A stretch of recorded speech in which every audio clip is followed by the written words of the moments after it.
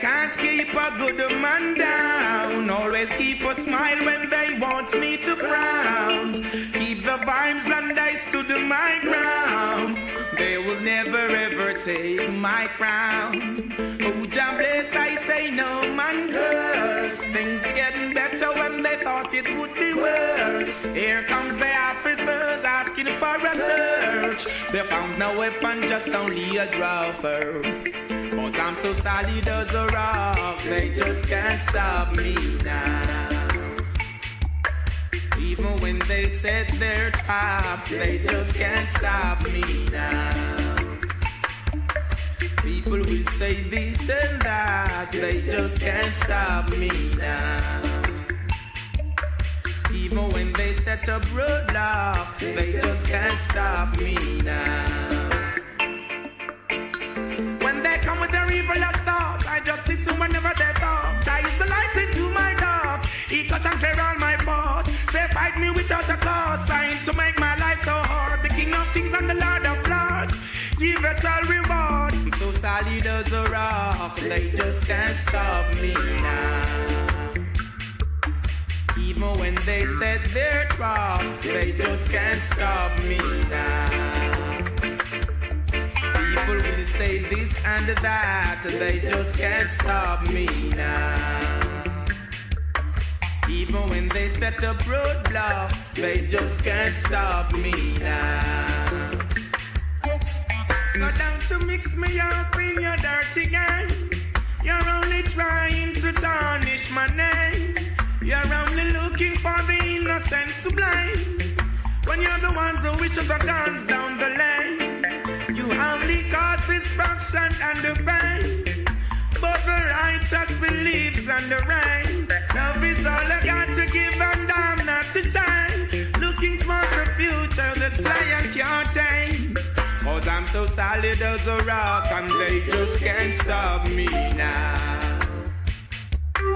Even when they send their traps, they just can't stop me now. People will say this and that, they just can't stop me now. Even when they set up roadblocks, they just can't stop me now.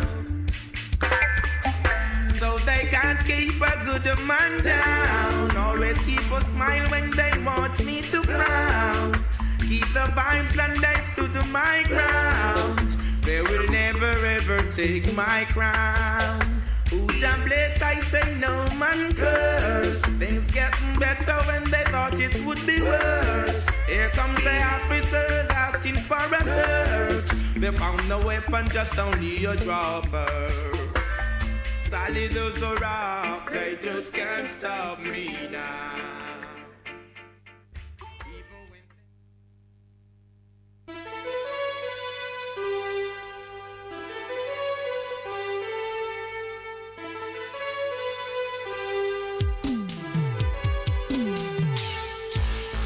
What's the matter, people?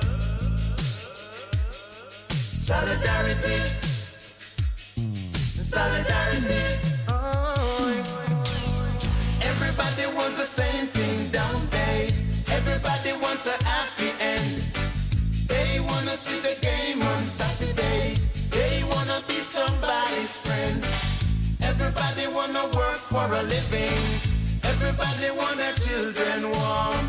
Everybody wants to be forgiven. They want a shelter from the storm. Look at me, I ain't your enemy. We walk on common ground. We don't need to fight each other. What we need. Solidarity. Oh, solidarity. Solidarity. Oh, yeah. Solidarity. Nobody likes to ask for money. Nobody likes to play the clown. Nobody likes to wait in a long line. Nobody likes being pushed around.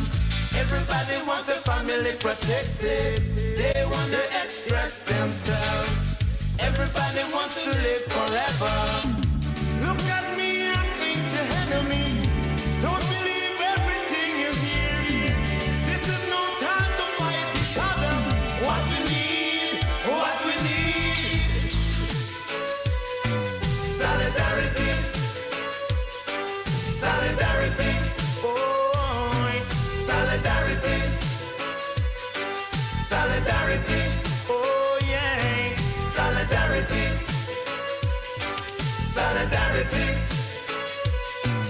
Solidarity. Solidarity. Solidarity. Solidarity. Solidarity. Hey, people.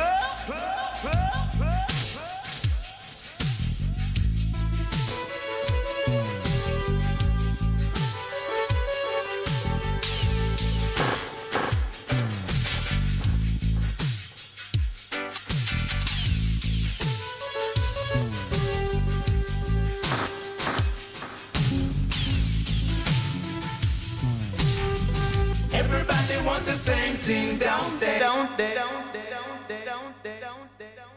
Everybody wants a happy end. They wanna see the game on Saturday. They wanna be somebody's friend. What we need, solidarity,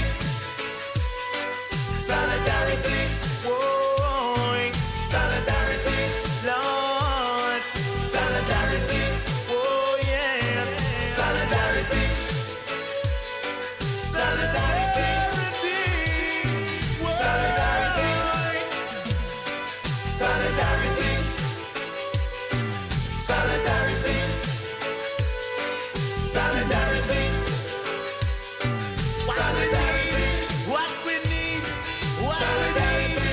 What we need, solidarity. Whoa, solidarity,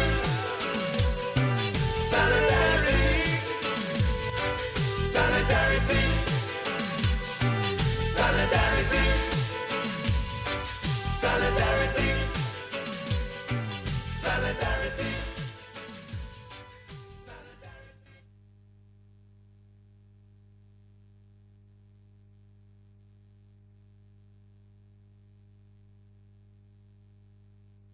We can make a change.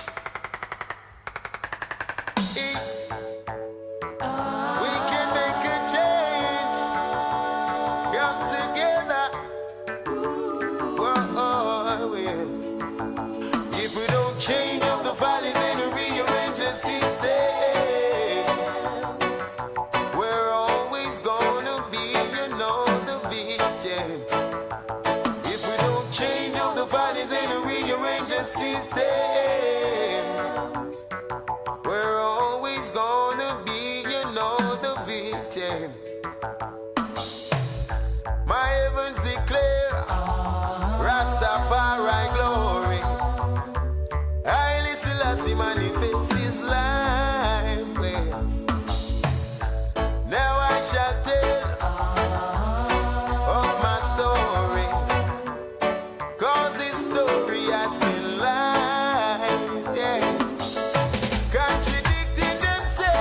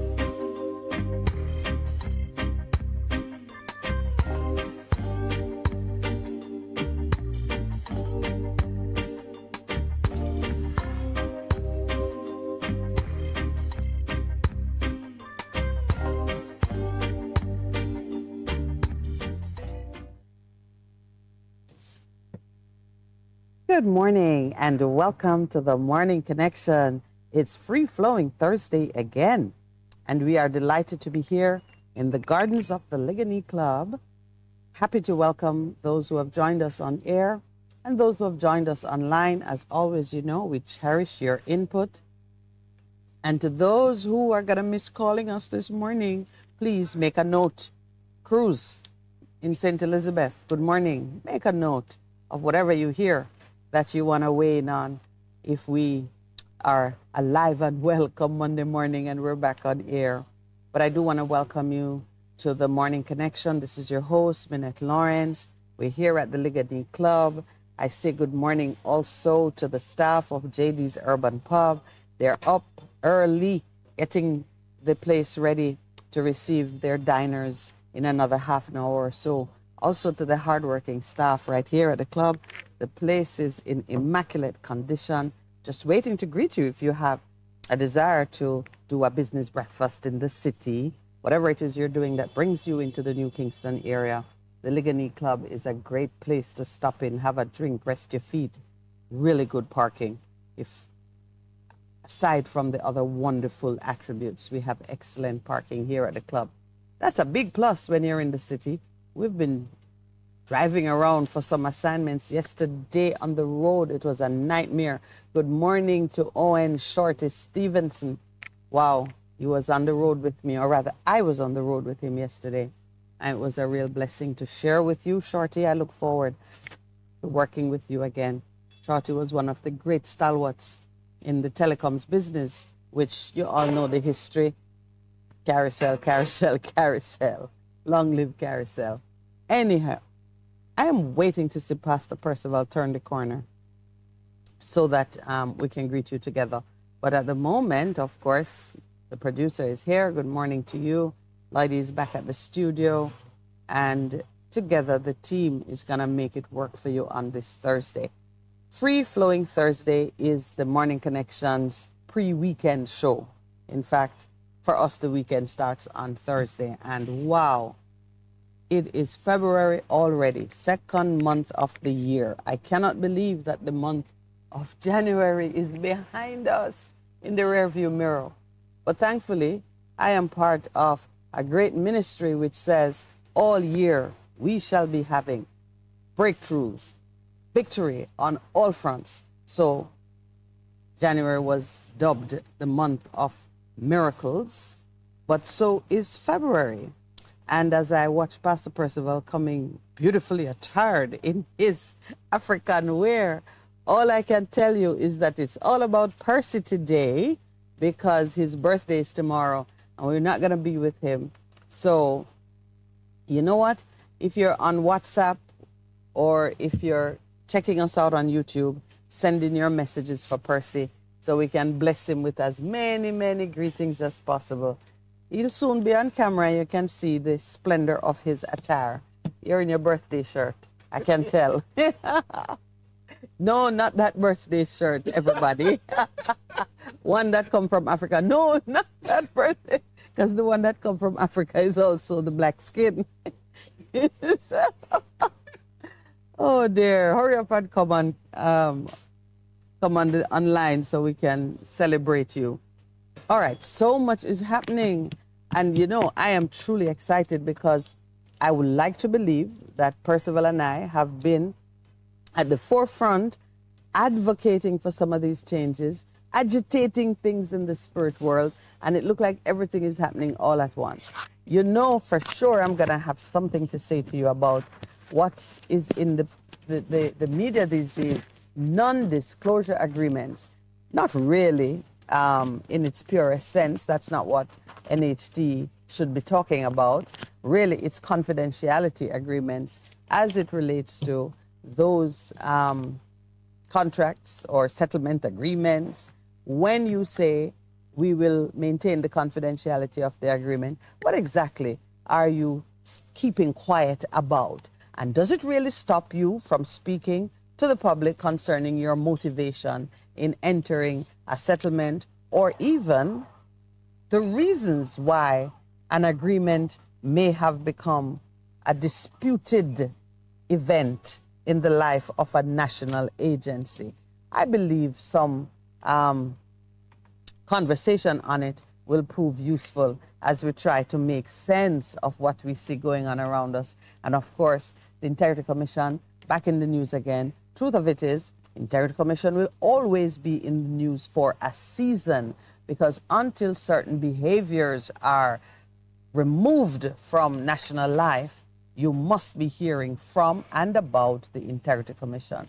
We have all of that to talk about. Free Flowing Thursday, of course, is when Percival and I tie up those loose ends, whatever they might be. From Monday to Wednesday, we talk about a number of things. We receive calls, we speak scripture, we look at things happening on the front page locally, sometimes internationally, but mostly locally, because I think we do need to spend a lot more time in our own house before we start to, pick the beam out of other people's eyes, or pick the moth out of other people's eyes. I mean, I like to think that the beam is in other people's eyes and not in my own. Yeah, but Jesus reminded us when he says that, you will see that little thing in that bird eye, but no, a big thing is there's a plank in yours. And he says, no. Yeah. But Jamaican, sometimes when you listen to, I heard a young lady give me a full analysis of what's going to happen in the U.S. elections. Oh, that she did? Yes. And then I said to her, so what do you think is going to happen here? She couldn't tell you. No, she had an opinion, but less reasoned. Okay. You understand? And in part, now that I think about it, in part I believe it's because other countries do a lot of analysis that's based on trends and statistics and, all kinds of copious amount of data. Whereas in Jamaica, it tends to be gut feel. They're spiritual people. And they're spiritual, but I think that's what that is. They're more open. But it is interesting. I was in her office and she said to me, do you mind if I listen to the news? So I thought she meant local news. She said, no, I like to follow what's going on in America. Well, that is interesting, no? Hey, but I've been certain places. I got into a motor vehicle the other day, owned and being driven by a man who was once a minister of government, minister of state, albeit. And it was Sirius XM, which is international radio. Sirius. Satellite radio. Okay. It was Sirius XM, and all that it was churning out. American news. That's all it was doing? Yeah. I thought have given us some European news. No, man. This is the serious feed from the Americas, I guess. What are you doing? It's quite puzzling. And my shoe. Your shoelace. But it wouldn't trip you up on radio. Well, it would stay. But it would not. But they talk about shoelace. This morning, as we are, today's the day we'll hear, I think, when we'll have our local government elections. There's a big meeting happening in Montego Bay today.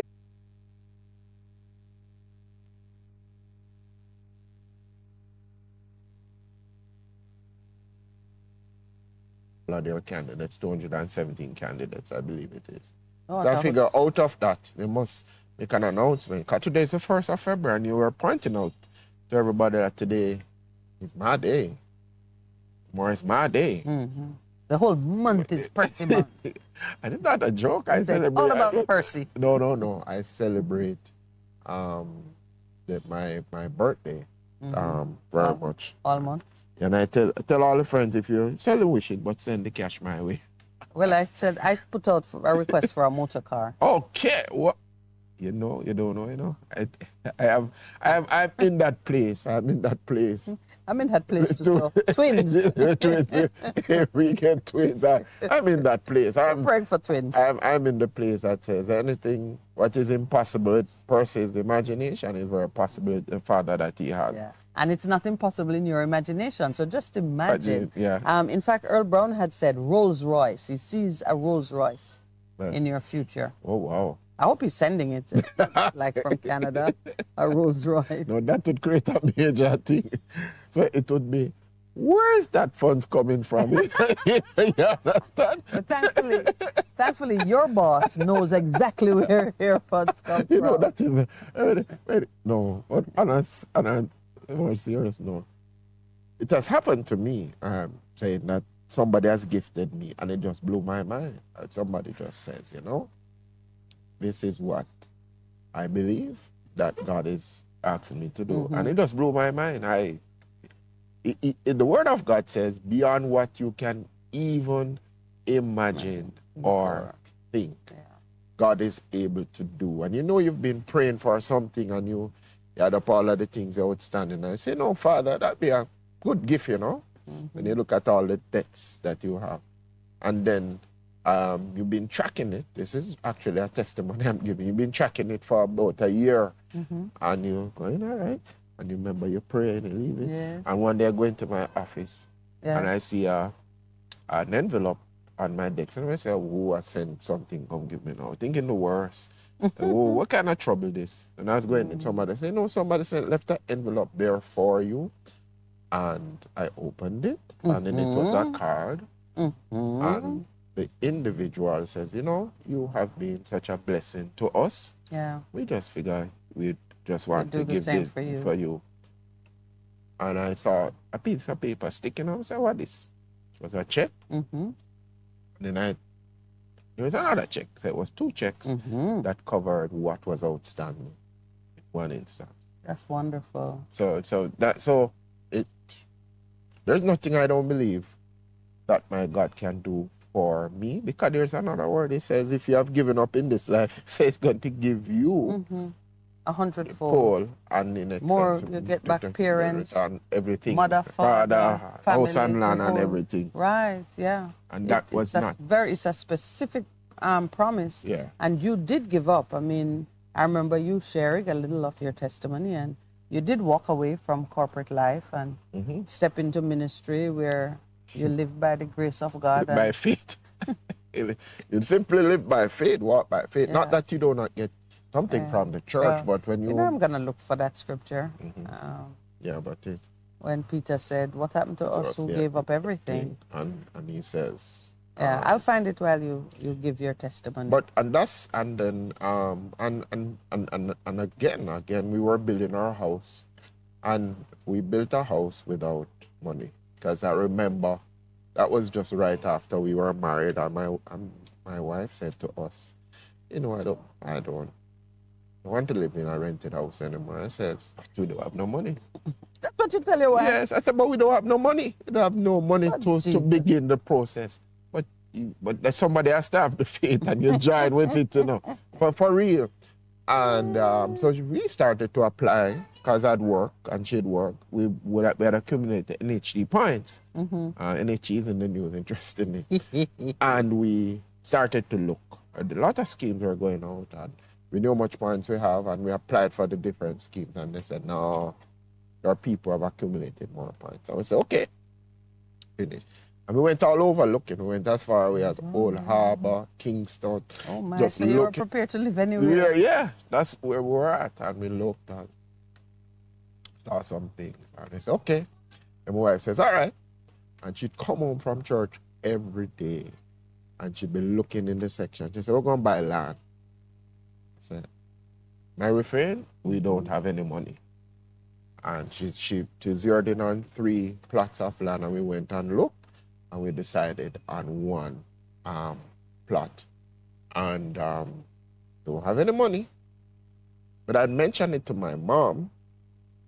And I don't know if I mentioned it to this sister in the church. And one day she comes and she says, here, the Lord says to give you this. And it was then about $50,000, which was a whole lot of money. A lot of money then. No, you can barely buy your family dinner.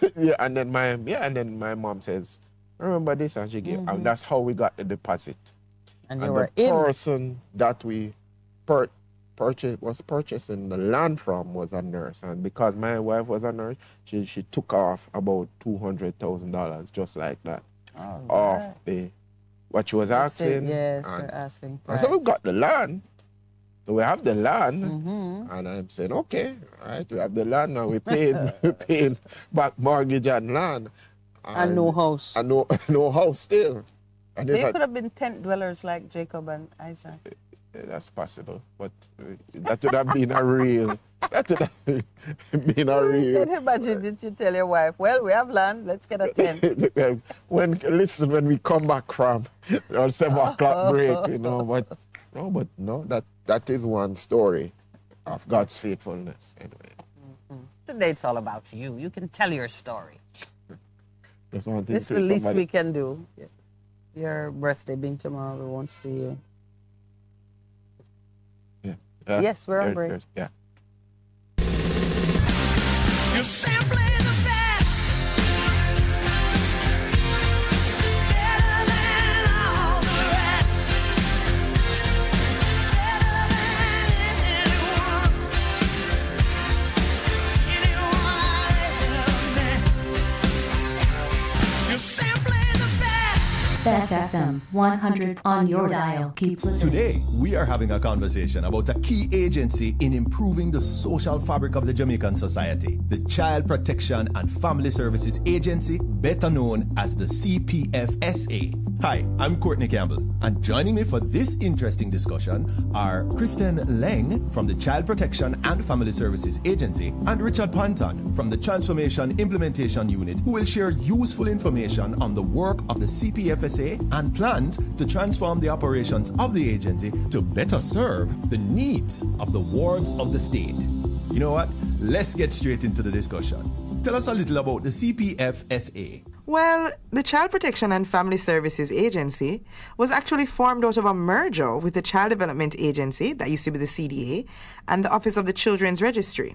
Our mission is to contribute to the well-being of Jamaica's children through family empowerment, collaborating with service partners, and regulating alternative child services. We want to see Jamaica's children achieve their full potential in nurturing environments with full access to developmental and social services. Here at the CPFSA, we believe that a stable family is the best environment for every child. So, what are some of the programs available?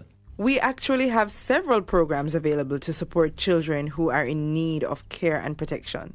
These include our mobile mental health services, psychological services, foster care, adoption, and the Living in Family Environments, that's the LIFE program, as well as our newly implemented behavior modification program. In caring for our children, we have programs designed to safeguard them and enhance their well-being, including Jamaica's free 24/7 child abuse reporting hotline 211, which is for persons to report suspected cases of child abuse. So I'm aware that the Transformation Implementation Unit is assisting the CPFSA on its transformation journey. How is that actually being done? Well, we are supporting the CPFSA under the ICT and efficiency pillar of the transformation program. The ICT expansion project focuses on making better use of technology to drive improvement in the delivery of public services. So what this means is that when someone calls 211 to report cases of suspected child abuse, the data is instantly made available to the relevant teams, enabling swift and effective response. We have been working with the CPFSA in other areas of technology as well. Through the project, the TIU has also provided over 160 new computing devices to the CPFSA, including 46 devices directly to wards of the state to assist with their schooling.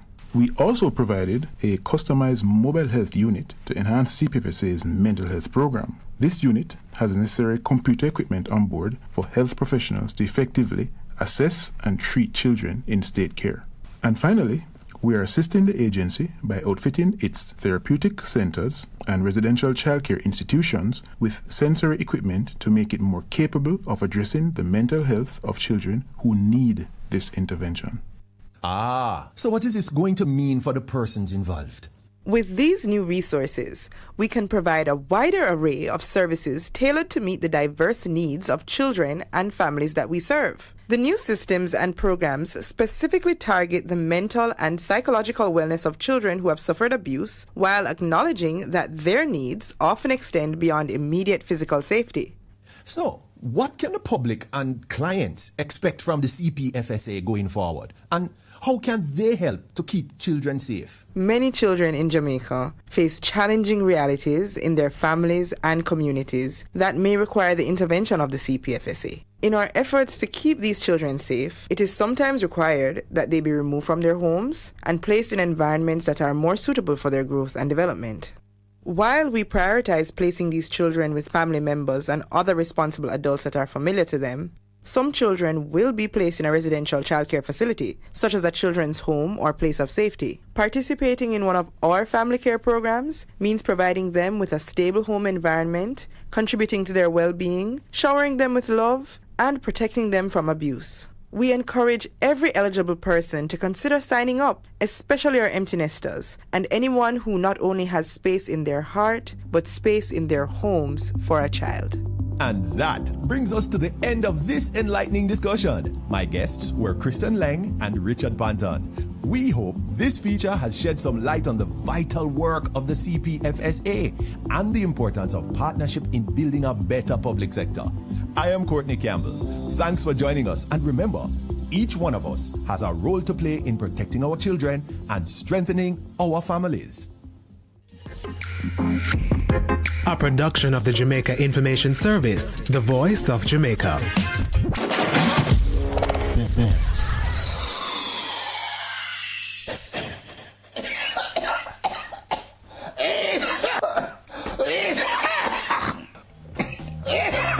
That no sound healthy at all. Get healthy, my friends. Stay balanced.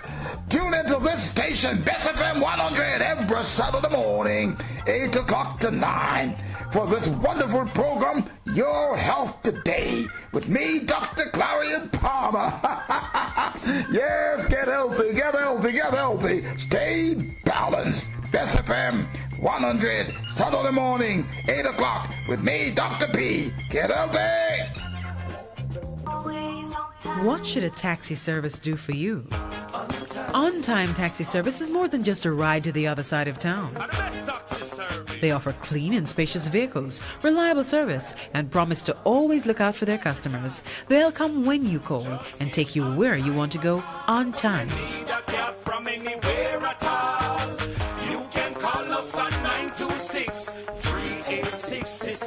We are something special on the road. Vejan Printers for all your printing needs. We specialize in calendars, flyers, brochures, and more. Call us today at 968-7506. That's 968-7506. Or visit us at 4 East Bloomsbury Road, off Hagley Park Road. Vejan Printers, your best choice in printing. Half a tree, one already, 200. Ready, mama? Ready. Is this the confusion you feel when trying to work your way through medical systems in Jamaica? Try a dose of Ask Dr. Mary every Thursday at 5 to 6 p.m. Let Dr. Mary help you understand your medical problems and bring you to a calmer place.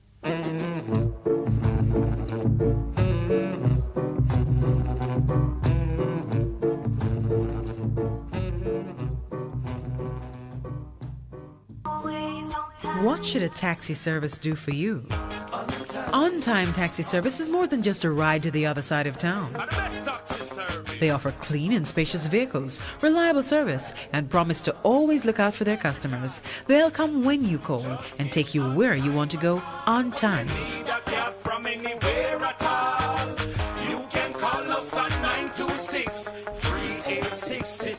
We are something special on the road.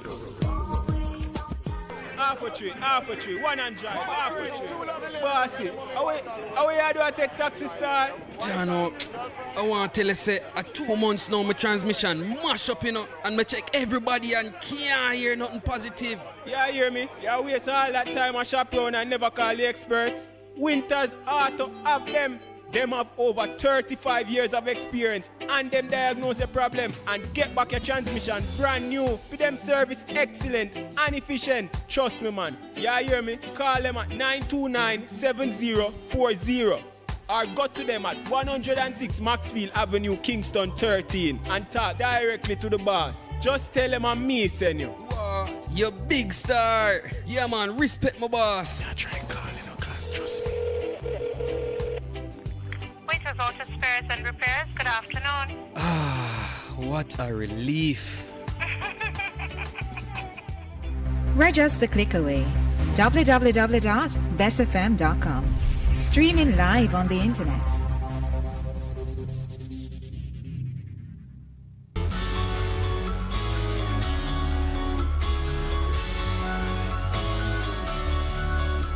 Discussions on health and education, inspiring interviews, surprise giveaways, your favorite songs. Tune in to Best 100 FM this and every Sunday at 11:30 to 12 noon. It's Distinction 411, your weekly college magazine program hosted by James and the Distinction family.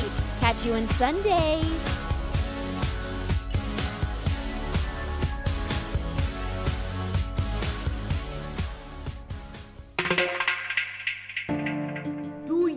Reliable health care? We have it! Yes, we do! Great George Street Pharmacy. Shop number 897 Great George Street, Savannah, Lamar, Westmoreland. Opening hours, Mondays to Saturdays, 8:30 a.m. to 6 p.m. Call us at 876-603-7372 or WhatsApp us at 876-205-0499. Yes, we have reliable health care for you at Great George Street Pharmacy, Savannah, Lamar.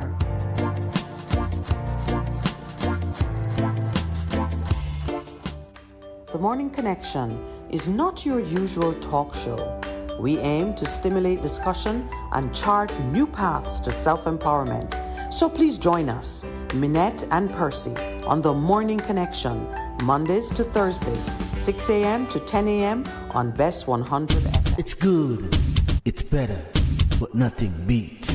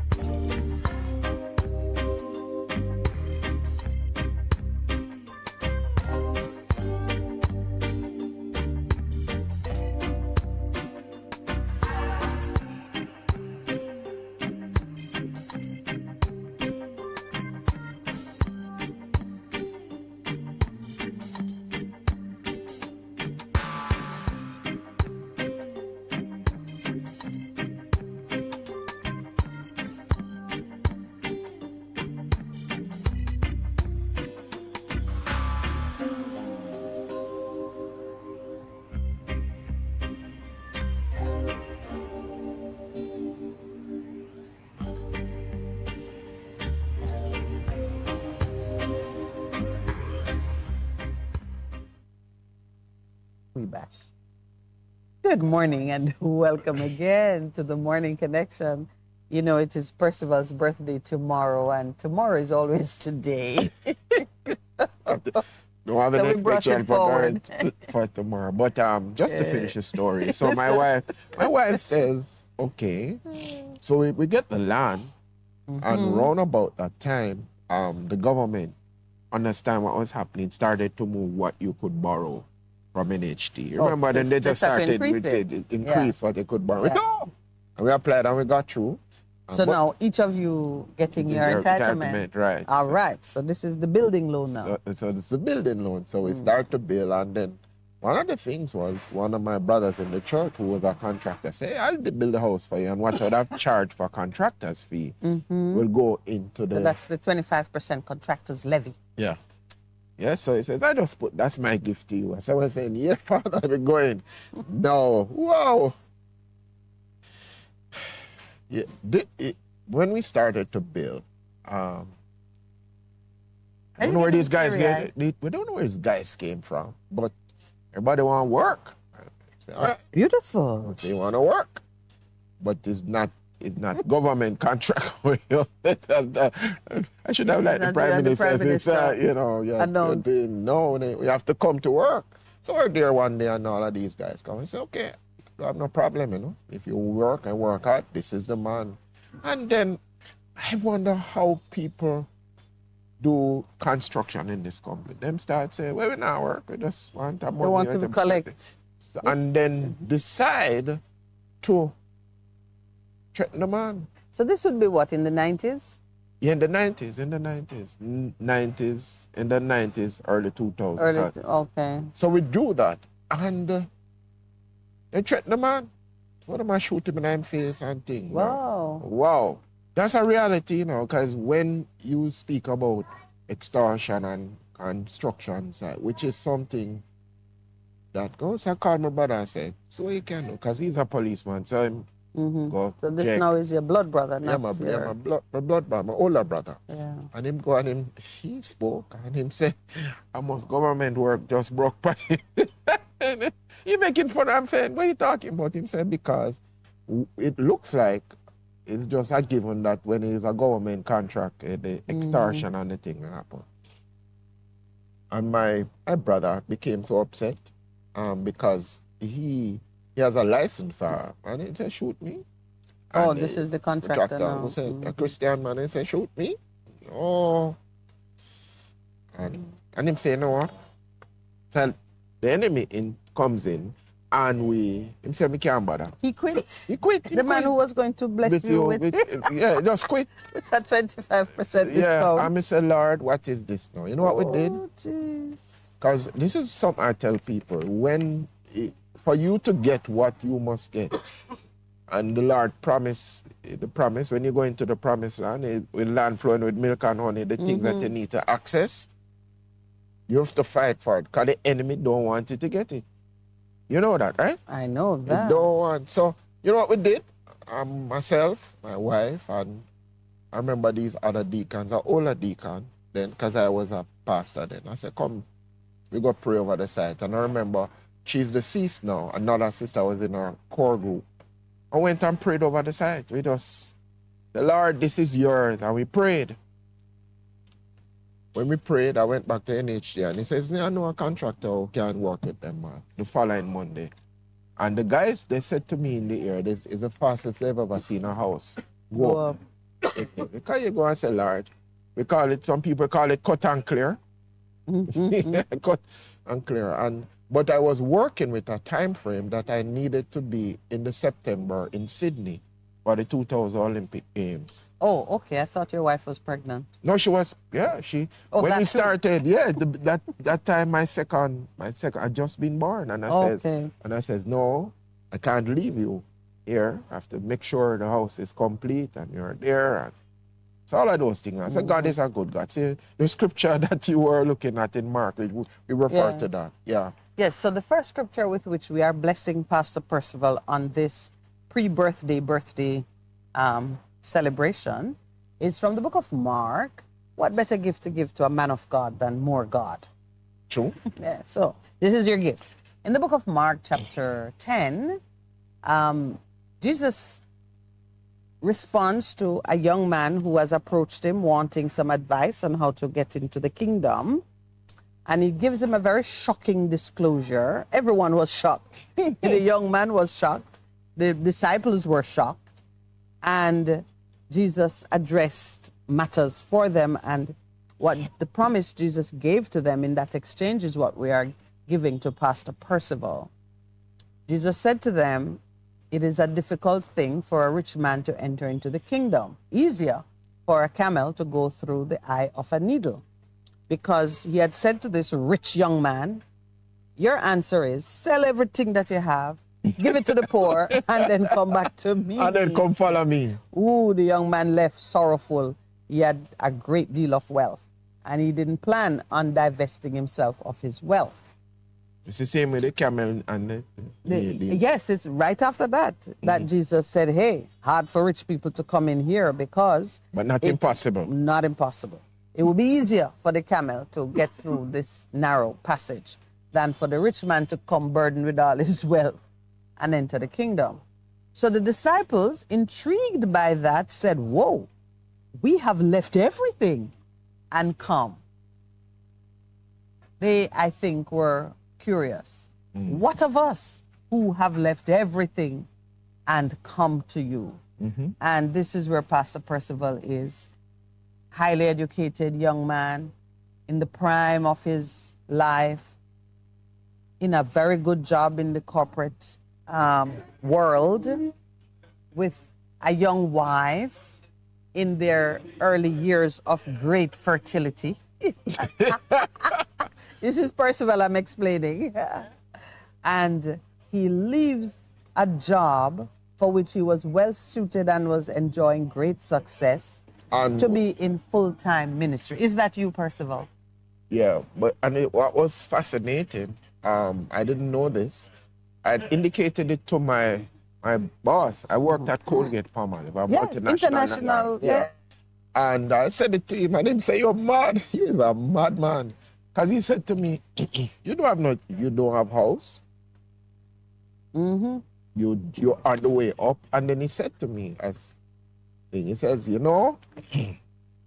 I'm leaving. I'm going back. Because in those positions. An expat. And he says, I'm recommending that you be my replacement. Be the plant manager. That's what he said to me. And I said, boss, I really appreciate the faith and the confidence, but this is what I'm clearly... God is calling. God is calling. And so, and I didn't know that is when I was celebrating years after. This is like, so I do this when I'm about 28, 29, there about.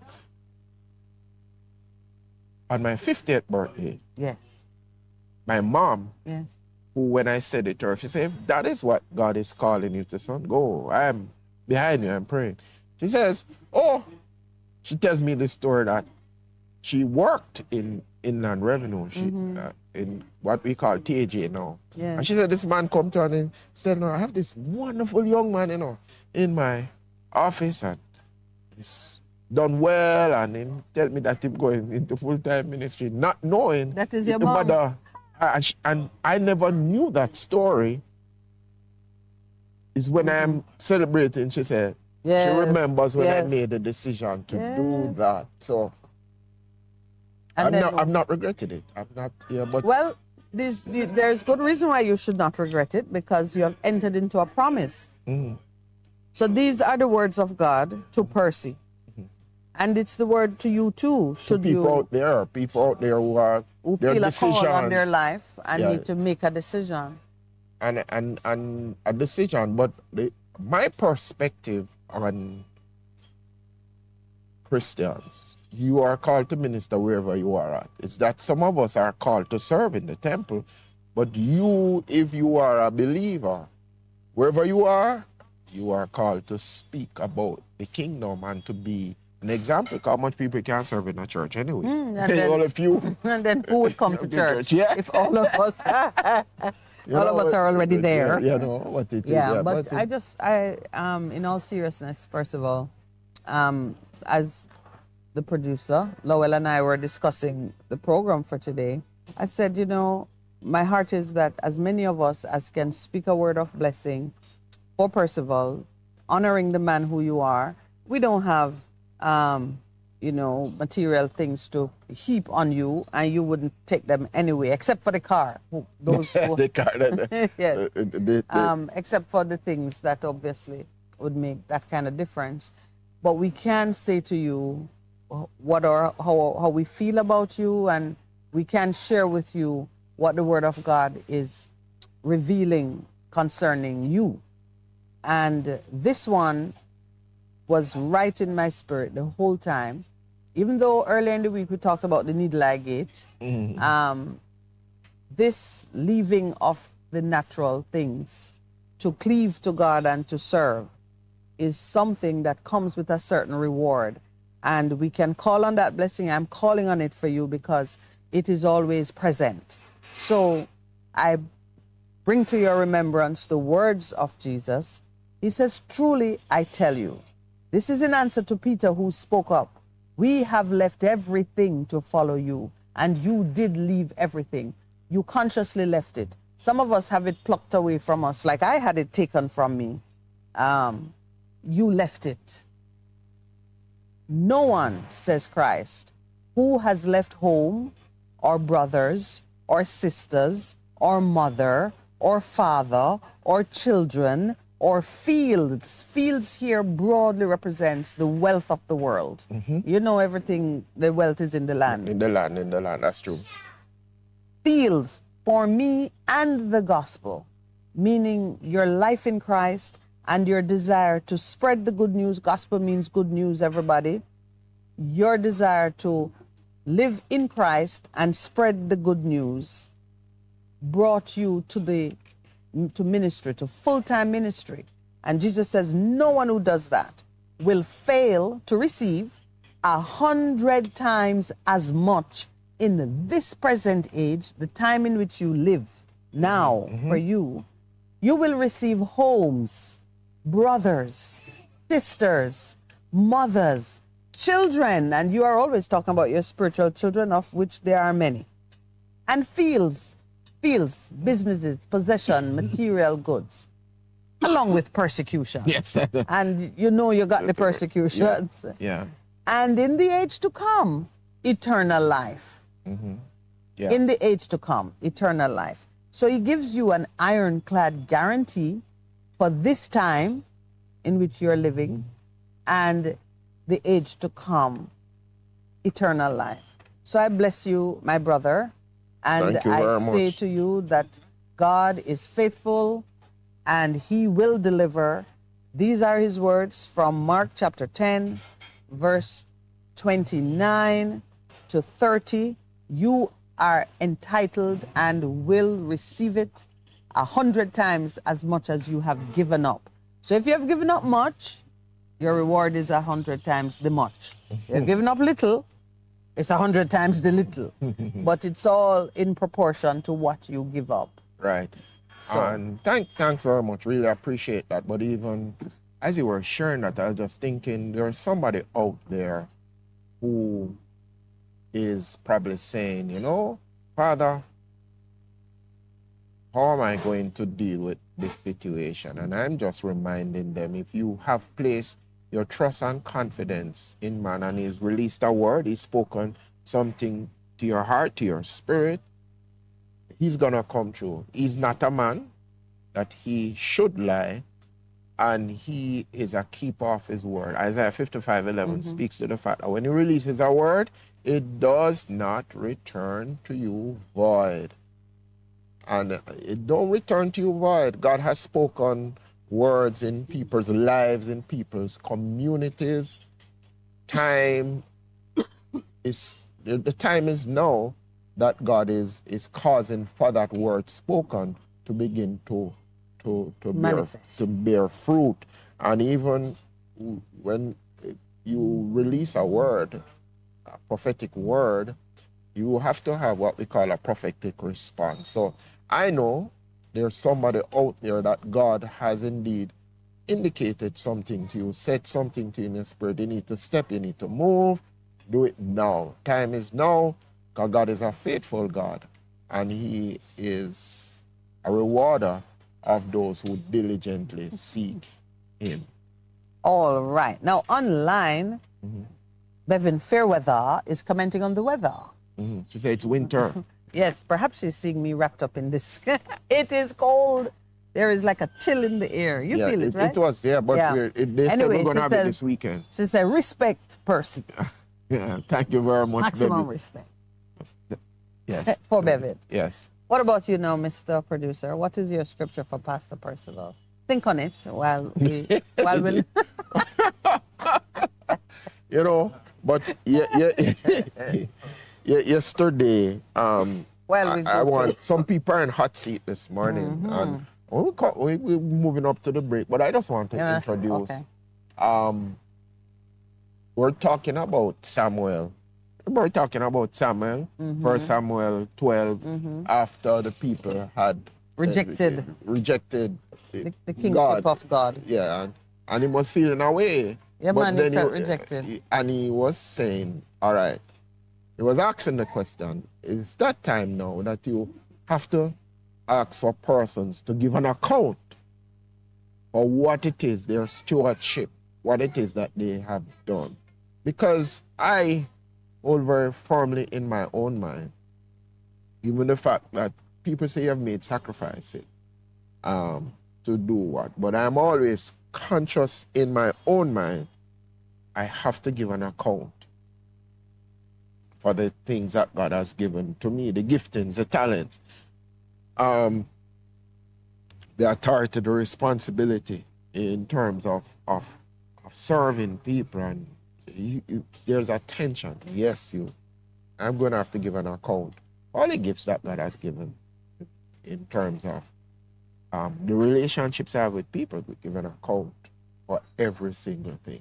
And so it is with our leaders who, as a leader in the church, delegated authority as an elder, serving as an elder, I have to give an account for the lives that I have responsibility for in regards to it. And now, some things people are being called to book for in the national...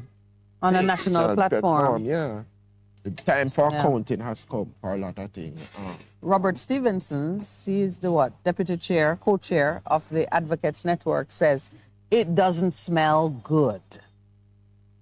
We've seen where the Speaker of the House, none other than the Prime Minister's wife, there's a report that has gone, was being asked when the Integrity Commission report would be tabled. The same question was put to his deputy. We saw the Speaker rather awkwardly saying, I refer to my previous ruling. Look at my previous ruling.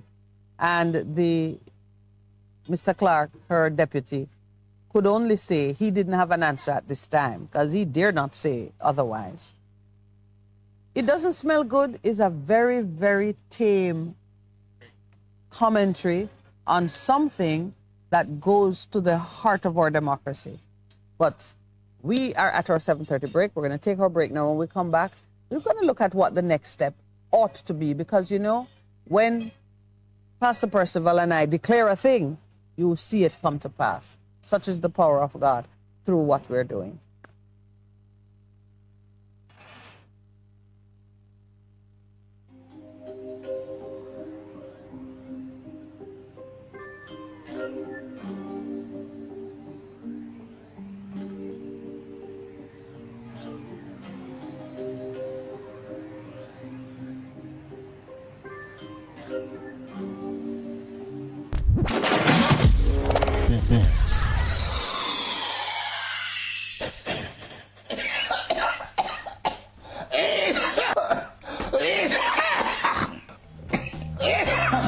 That no sound healthy at all.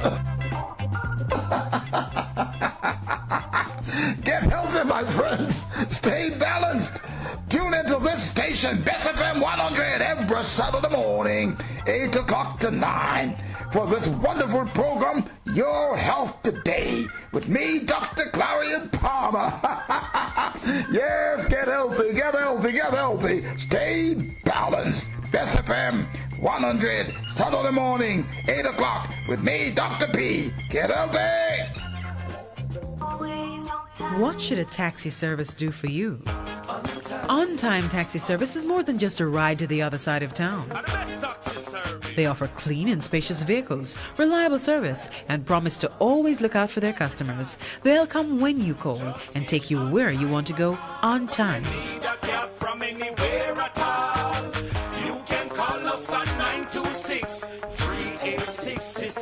We are something special on the road. Vision Printers for all your printing needs. We specialize in calendars, flyers, brochures, and more.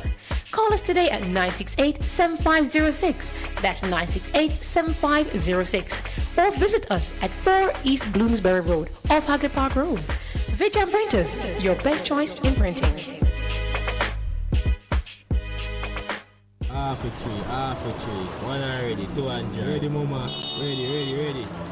Is this the confusion you feel when trying to work your way through medical systems in Jamaica? Try a dose of Ask Dr. Mary every Thursday at 5 to 6 p.m. Let Dr. Mary help you understand your medical problems and bring you to a calmer place.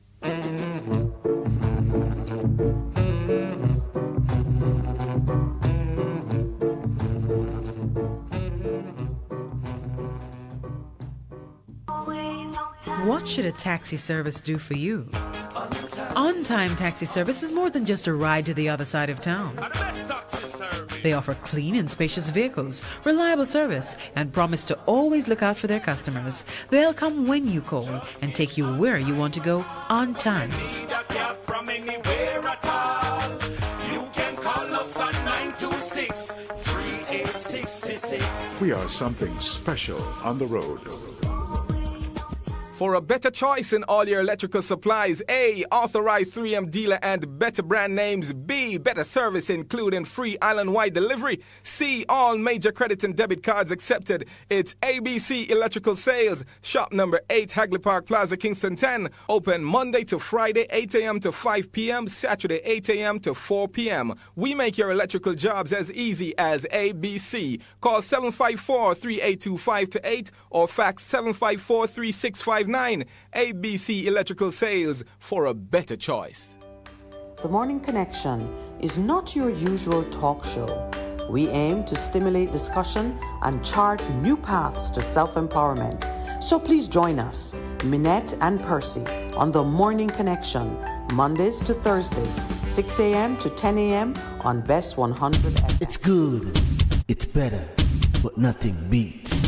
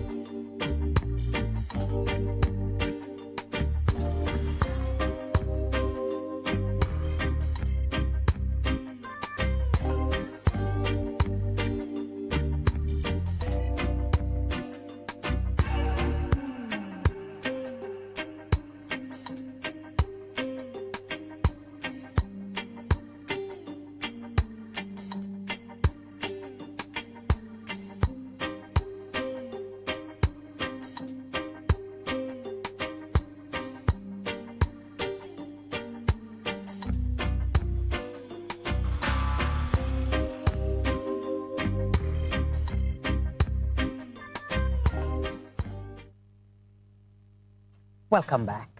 Welcome back, Pastor Percival. Where were we in the It's All About Percy segment? No, it's not. We moved on. I really do appreciate the good. I haven't seen Earl on, bro. Earl. No, I think it might be too cold. Minus. It might be too cold for him. If it's cold in Jamaica this morning, I cannot imagine there's a station what the on Lord cold is doing front. in Canada. Yeah, it is. No, they said it would happen today, tomorrow, over the weekend. All right. So we were talking about Robert Stevens' rather tame comment on the Speaker of the House, or the failure to table the Integrity Commission reports. And I suspect it's more than one of them they haven't tabled it on. Yeah, but you know what? We could go to the Integrity Commission website, because normally when they All right. So the chairman of the Integrity Commission has said that he expects that reports will be tabled as soon as possible. Now, clearly, there's no working protocol where reports are tabled within 3 weeks or else something else happens. The ANTE was not aware of any impediment to the tabling of its report. I'm reading from the thing. As far as the commission is concerned, when we send a report to the House of Parliament, we expect it to be tabled as soon as possible. And for us, as soon as possible means just that. As soon as possible, he said in a green interview. He also questioned the thinking there and sending an investigation report to the IC Oversight Committee. I don't know what purpose that would serve, because our reports are not capable of being edited by anyone, he declared. So him just talk it as it is, you know. Like him said, we're not fishing. It's an investigative report. So let's analyze it just based on sound principles of governance, not based on the perverse situation going on in Jamaica. Okay. Yeah? So let's assume that this report might not impugn anyone amongst the group who have to be looking at it. All right. In the in the ordinary course of business, a report to Parliament would be tabled based on existing agenda commitments or prior commitments. But a reasonable organization would reserve a discretion to shift the priority based on the importance of the matters being reported on. Public interest. Public interest. Because in all of this, the men and women who sit in Parliament and who handle public affairs are not doing it based on their private sector or special interest demands. They're doing it for the people. You're very... No, remember, we're not looking at it as a corrupt nation now. We're not looking at it as a country that scored 44. For 7 years. We're not stuck in a place where we don't respond reasonable to corruption. We're decent people of integrity. Like in Switzerland or Sweden. Are in one of those countries where they've had to close prisons because they don't have no business for the prison. You said me that was hilarious.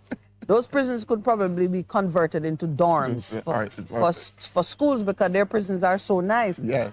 Anyway, so if you look at it now, it's not Jamaica in the time of corruption. It's how we would operate under normal circumstances, yeah? Not our abnormal, which have become normal. That's why everything people look at it with such suspicion and think that there is something unusual about it, which is going to bring me to the NDA confidentiality clause situation. These are not unusual things, but in Jamaica, they have become suspicious and unusual because they of don't how trust we the have... law. The law trusts them. Absolutely, They don't trust nobody. You don't trust nobody at all. No trust. So then, the Speaker of the House, and I believe that is the advice in law, because the law don't change because you perverse, you know. The law is the law. It's a standard. If you're to the left of it or to the right of it, you're not in keeping with the law.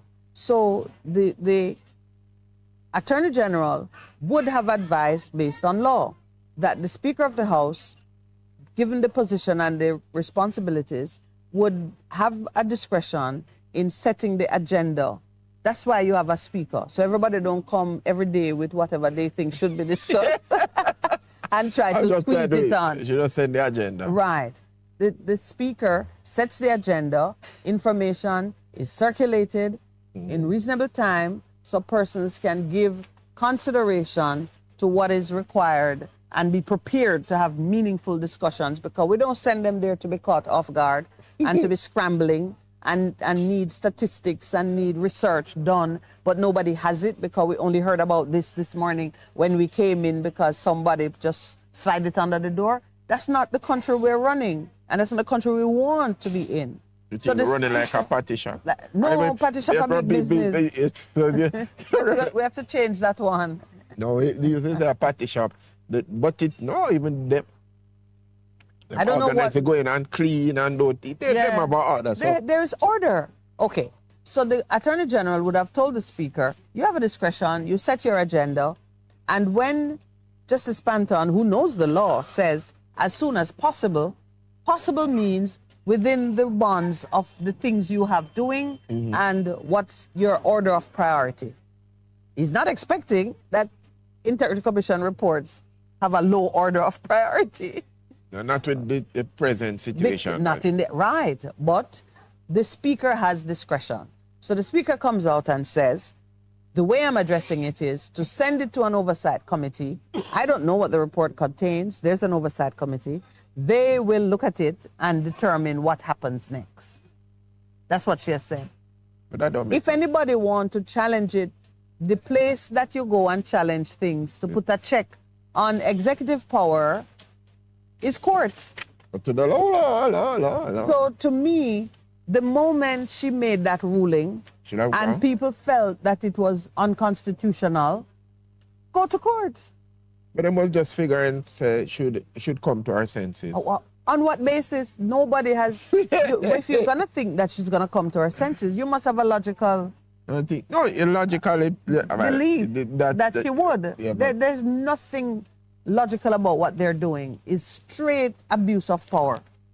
Straight abuse of power. And abuse of power is like that. It don't have no sense in anything. It don't have no bearing against anything. Right. So you could always go and ask the court to make a ruling. Make a ruling on it. And I said to you before, going to court is not about winning. Just testing the thing. You test. And if you're wrong in your position, you know you're wrong. And if a law need to be in place to address that situation, then you know what to do. Yeah. So from the time the Speaker of the House made that ruling, somebody should have been acting on it, especially an opposition that don't have numbers. You have to co-opt the number of the court. To help you understand? To help you. You get effective by using other voices because you know you have zero power in the House. Your voting power is nil in the House. You might as well don't come. As them have because they can just overwhelm you by everybody showing up and voting on issues. And they try to push things to that place all the time. So you know that your most effective voice is to get a court to speak for you. And then it begins to add up. And eventually it will be like an avalanche that will crush that behavior. And it will be a precedent for Jamaica to say, no, we can't go that way again because the Court of Appeal and the Supreme Court and the Constitutional Court, whatever the situation might be. Do you see? You have to have a strategy for these things. You don't want to hear no very weak, it doesn't smell good. While Juliet is toughing it out and saying, well, that report will not see the light of day until after election or until I say so. Abuse of power is a real thing. And you challenge it wherever you see it. Don't want to hear about it, doesn't smell good. All these civic-minded organizations that come into being and the only thing they can produce is a headline in the newspaper. Not good enough. They don't put their weight and their money behind going to the place where powerful decisions can come. And you're saying it in the court. Go to court with it. Listen to me. And so what you're saying is, and even though some of the time you go to court, don't matter. It teaches you something. Yeah. Either that your judge is weak, they're pro-government, we need to change them as quickly as possible. Lawyers know better now that this judge don't. You have to be prepared to appeal and get your court of appeal in good shape. There's no point complaining about these matters if you are not using the structures to challenge it. So you use that. You know what was frustrating for the government? I see they're calling up Carousel name again and again and again. They need to be careful. Right. What frustrated the government why they drew their guns on us is because we kept using the system. They tried to crush us from December 2016. They had no expectation that they would have to draw guns in February 2020. They had no expectation. None, because they're accustomed to just being draconian in their measures and people die. But we wouldn't die. And even now that you hear the name Carousel being repeated in the news, it's not because we are agitating for anything. Because suddenly now they understand that there's more than what meets the eye. So now you see the name coming up in different places, Why is it that? Just wondering, as you're shifting to this shifting to NHD and Dexim and Carousel. I thought it was Dexim only. You know, I'm very close to Dexim, so. You are? Yes, because the owners of Dexim are your friends. They're my friends as well. I call them friends, and they were a part of the Carousel story. Oh, they were. Yes. So wherever the name pops up, you see the media which fed on the thing like vultures on a dead body. You see the media constantly making the connection because there is a connection. Yeah. The first story that made it link and said, oh, isn't this the man that the government said can't participate in a telecoms investment? And they spoke so harshly against him that they canceled the people's expensive investment venture. The licenses for it were revoked because this man was associated with it. What is about this man so that everybody they panic case? And so now, that's the question. What is it about him? Because if you couldn't have him be a friend to a business, but in the same time frame, you are your agency, which presumably would go through the same process of assessing people with whom they do business. Yeah, and another station, Mr. Miller was at length to point out that we go through the same thing. So they go through the same thing. So what is it that they found in telecoms where he was spending money, his money? What is it they found over there that was so unpalatable, but didn't matter over here, where you are awarding or you're entering into a contract that involves taxpayers' money? The two cannot be reconciled without some presumptions or some assumptions being changed. So it's either him fit and proper or he's not. Because he can be good for one over here but bad for the other.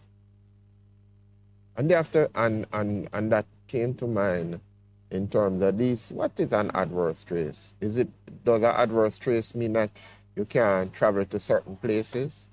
Well, I'm asking that question because I remember in recent times, and even since we've been on here, somebody never had passport, then they get it back and they get restriction on it. Is that what causing? Is that an adverse trace? Well, that would be higher than an adverse trace, because a trace. You did geography. What's a trace element? Small, minute. There you go. Small. Is like the odor of it? Not even odor. Well, dear Lord, it's even smaller than that. No, man. We're talking trace. If you go into it's like a ghost element. Yeah, it is, because like you look at some of the gases and it's traces of it. You have to detect it by very sensitive instruments. Okay. So what I'm saying, so if I am getting I can get a visa to go a certain place. But you get a visa, but it have certain things in it, and it's not just any ordinary person. So those things that are written against it, those conditions, you wouldn't call them trace. Those are not traces. That's a major thing. So that's why I'm understanding. So I love to have a conversation with Mr. Neil. Him name all over the place to say.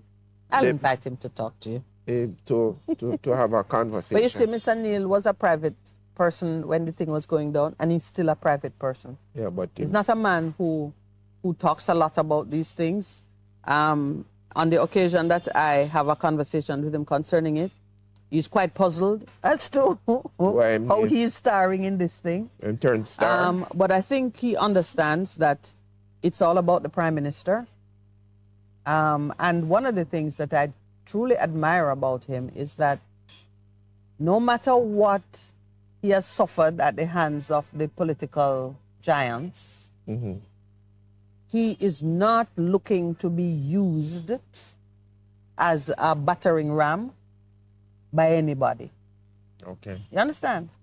And I mean, I feel the same way. I'm not going to be your puppet to achieve some political mileage, because in our experience too, we have suffered at the hands of both. Yeah. That's the truth.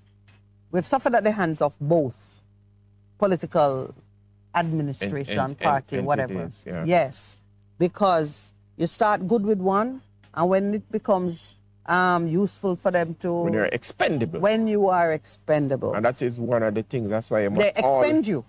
No, but that is why you must always have your integrity. Yeah. So whatever anybody say, you say, no, brethren. And that is why you have to have your own your moral compass. Yeah. That drives well, you, he has one. They call it. And it's as steady as a rock. We call it. I do my business privately.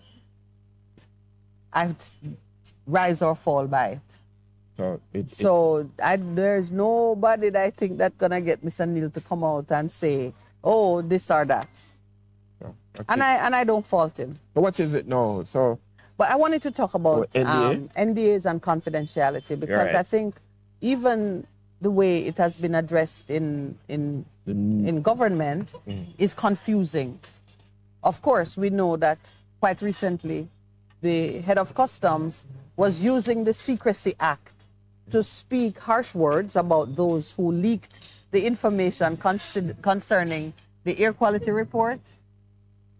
Oh, maybe it was on the weekend, we didn't talk about it.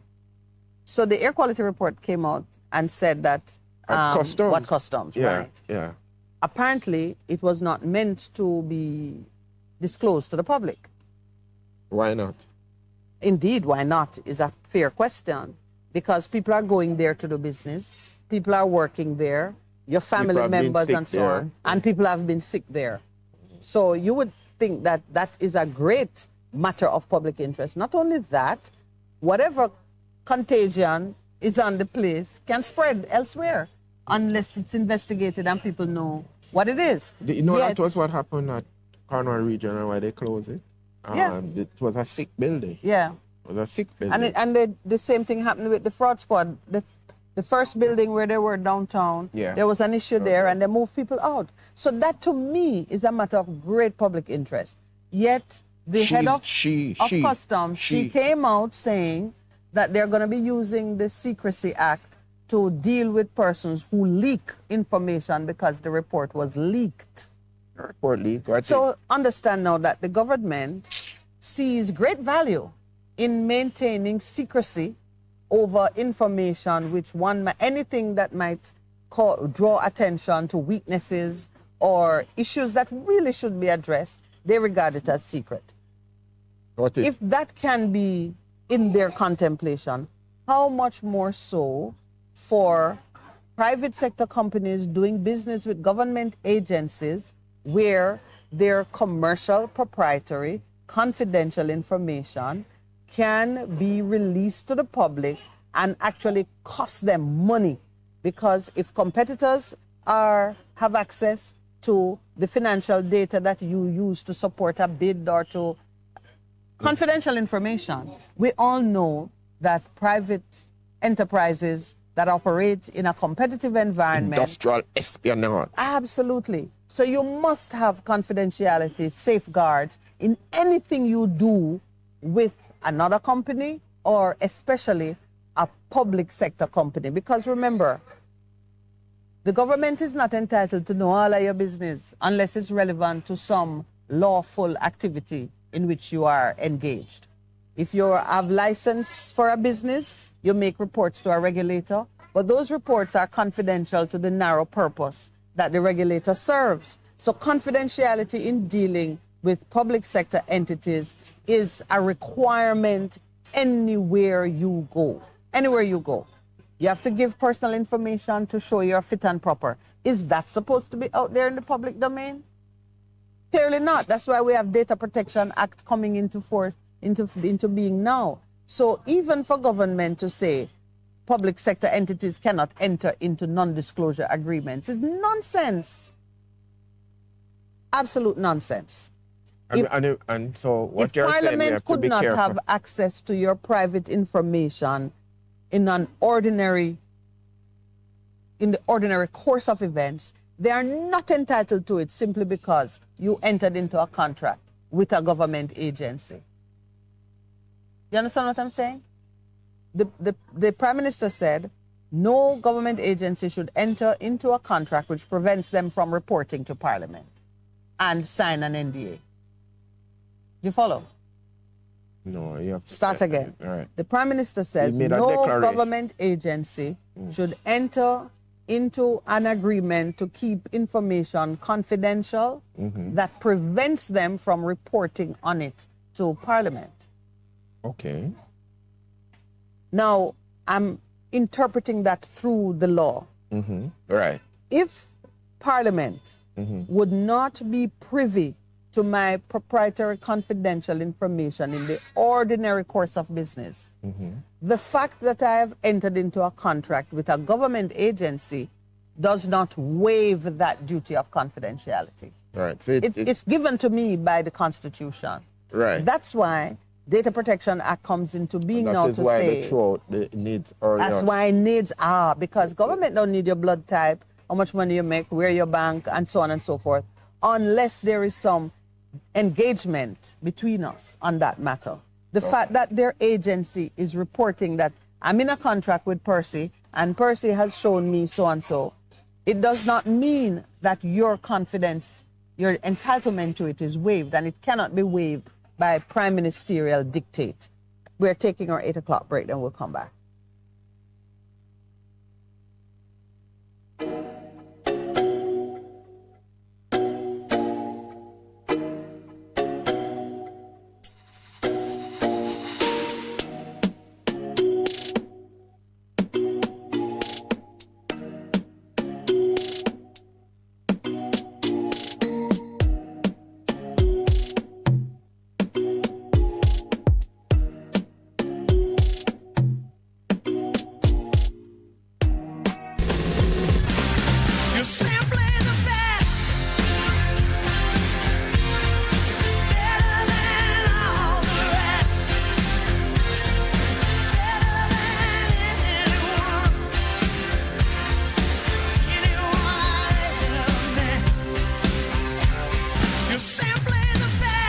Bess FM 100 on your dial. Keep listening.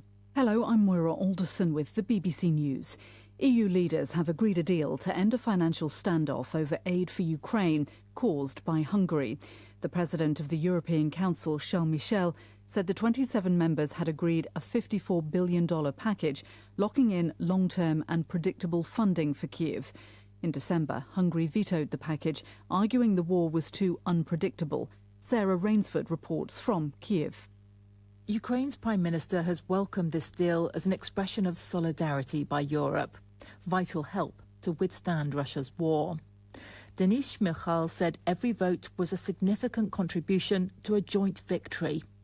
This funding was important for Ukraine financially and because it needs Europe to stay united in its support. The foreign minister here had underlined that it was about Europe investing in its own security, because he stressed that Ukraine was resisting Russia for everyone, blocking Vladimir Putin's attempt to challenge the world order by force. The Ukrainian armed forces say they've sunk another Russian warship in the Black Sea. The Defence Ministry said the missile corvette Ivanovets went down off the coast of Crimea after direct hits from several explosive sea drones. It's released video footage that purports to show the moment of impact.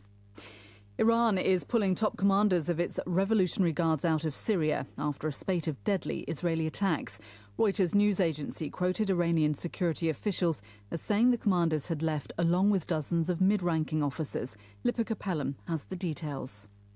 Since Israel began its military offensive against Hamas in Gaza, it's also stepped up airstrikes aimed at rolling back Iran's presence in Syria. One of its deadliest attacks on the 20th of January flattened a building in Damascus, killing several IRGC members, including a top general who ran intelligence for the Al-Quds force responsible for the Guard's overseas operations. Despite scaling back the deployment of senior officers, Iran has no intention of quitting Syria. Many people in Myanmar have marked the third anniversary of a military coup by staying at home as a form of silent protest. With the details, Mickey Bristow. Usually busy streets were quieter than normal, as was public transport, as people showed their disapproval for the military government. The UN Secretary-General Antonio Guterres used the anniversary to call for the army to end its campaign of violence and repression. The UN repeated that 1/3 of Myanmar's population, 19 million people, now needs urgent humanitarian support. That's an extraordinary number, considering only 1 million required aid before the coup. The army is coming under increasing military pressure, but has promised to do whatever it takes to crush the opposition. World News from the BBC. The authorities in Somalia say they've shut down 14 websites linked to the Islamist militant group Al-Shabaab. The country's intelligence agency said the platforms were being used to spread extremist ideology. Several WhatsApp groups have also been suspended and more than 2,000 mobile phone numbers linked to Al-Shabaab deactivated. Hindu priests have performed religious rituals in the cellar of a controversial mosque in northern India after a court gave them permission to use the space for prayers. Samira Hussain reports from Delhi. Muslim leaders say they will appeal the decision to allow Hindu worshippers into a mosque in the city of Varanasi. Within hours of the verdict, Hindu priests entered the basement of the mosque to perform religious rituals. Last week, the Archaeological Survey of India said parts of the Gayanvapi Mosque were built using the remains of a Hindu temple that was torn down on the orders of the Mughal ruler Aurangzeb in the 16th century. One lawyer called the decision by the courts historic and said Hindus are one step closer to gaining ownership of the mosque. The British government has announced that all former Afghan special forces denied relocation to the UK will have their cases re-examined. The Armed Forces Minister, James Heappey, said a recent review of eligibility found that criteria were not always applied consistently. Mr. Heappey said Britain owed a debt of gratitude to the Afghan commandos who were assigned to serve alongside British forces in Afghanistan. The number of reassessments was not given. London firefighters injured in the Grenfell residential tower fire in 2017 have settled claims for $25 million in damages and compensation. The Fire Brigades Union said the claims by 114 firefighters were brought against alleged negligence and breaches of statutory duty surrounding the disaster which killed 72 people in the deadliest British blaze for decades. BBC News.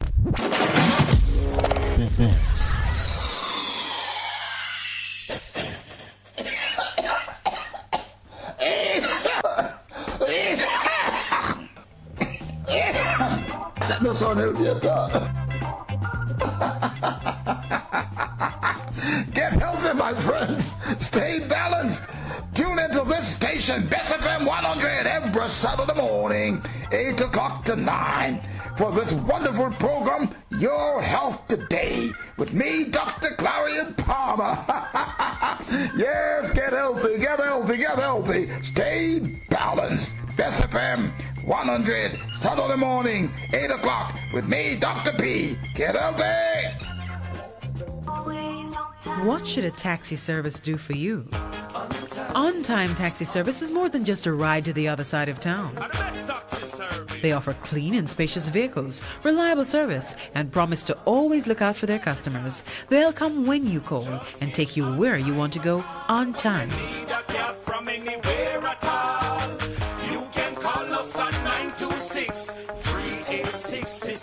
We are something special on the road. Vejan Printers for all your printing needs. We specialize in calendars, flyers, brochures, and more. Call us today at 968-7506. That's 968-7506. Or visit us at 4 East Bloomsbury Road, off Hagley Park Road. Vejan Printers, your best choice in printing.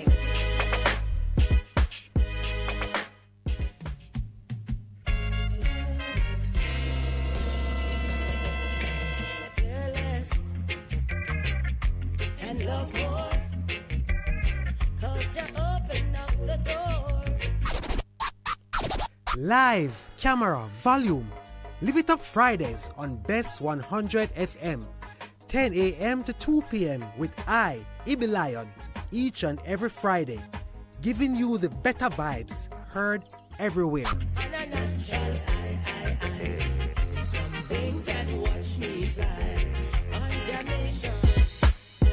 Vejan Printers for all your printing needs. We specialize in calendars, flyers, brochures, and more. Call us today at 968-7506. That's 968-7506. Or visit us at 4 East Bloomsbury Road, off Hagley Park Road. Vejan Printers, your best choice in printing.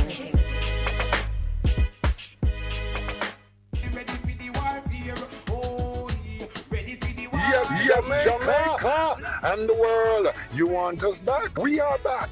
The Breakthrough Deliverance Ministry, led by me, the prophet Mark Stewart, right here on Best 100 FM. This and every Thursday night from 9 p.m. to 12 midnight. Yes, it's War Room Thursday. Come on out and join us, each and every one, on Best 100 FM, 100.1, 3, 5, 7, and 9. Come on out. Join me, the prophet, Reverend Mark Stewart, and of course, the boss shot, Apostle Marshall. Come for your healing, breakthrough, deliverance, the prayer, the miracle, the word, the testimony, and so much more. Yes, my friends, Best 100 FM, Best 100 FM, War Room Thursday, 9 p.m. to 12 midnight. Join us. We are going to lick it.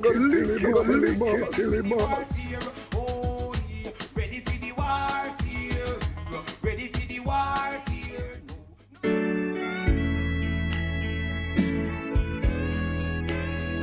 Goodness mercy, it's me again, Lord, your restorer, your game changer. Join me every Saturday morning at 9 a.m. to 10 a.m. and Best FM 100. It's Apostle Clive Campbell, a.k.a. the Khaki Suit Man, coming to you from 8 to 12 Arion Street, also Richmond District, Mandeville. Embrace the change.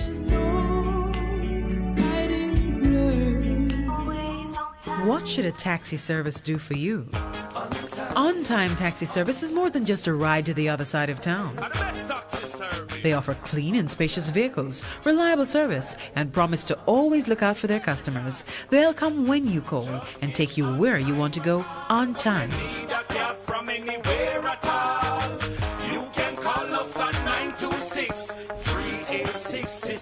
We are something special on the road.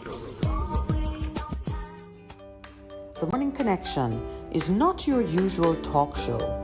We aim to stimulate discussion and chart new paths to self-empowerment. So please join us, Minett and Percy, on The Morning Connection, Mondays to Thursdays, 6 a.m. to 10 a.m. on Best 100 FM. It's good, it's better, but nothing beats.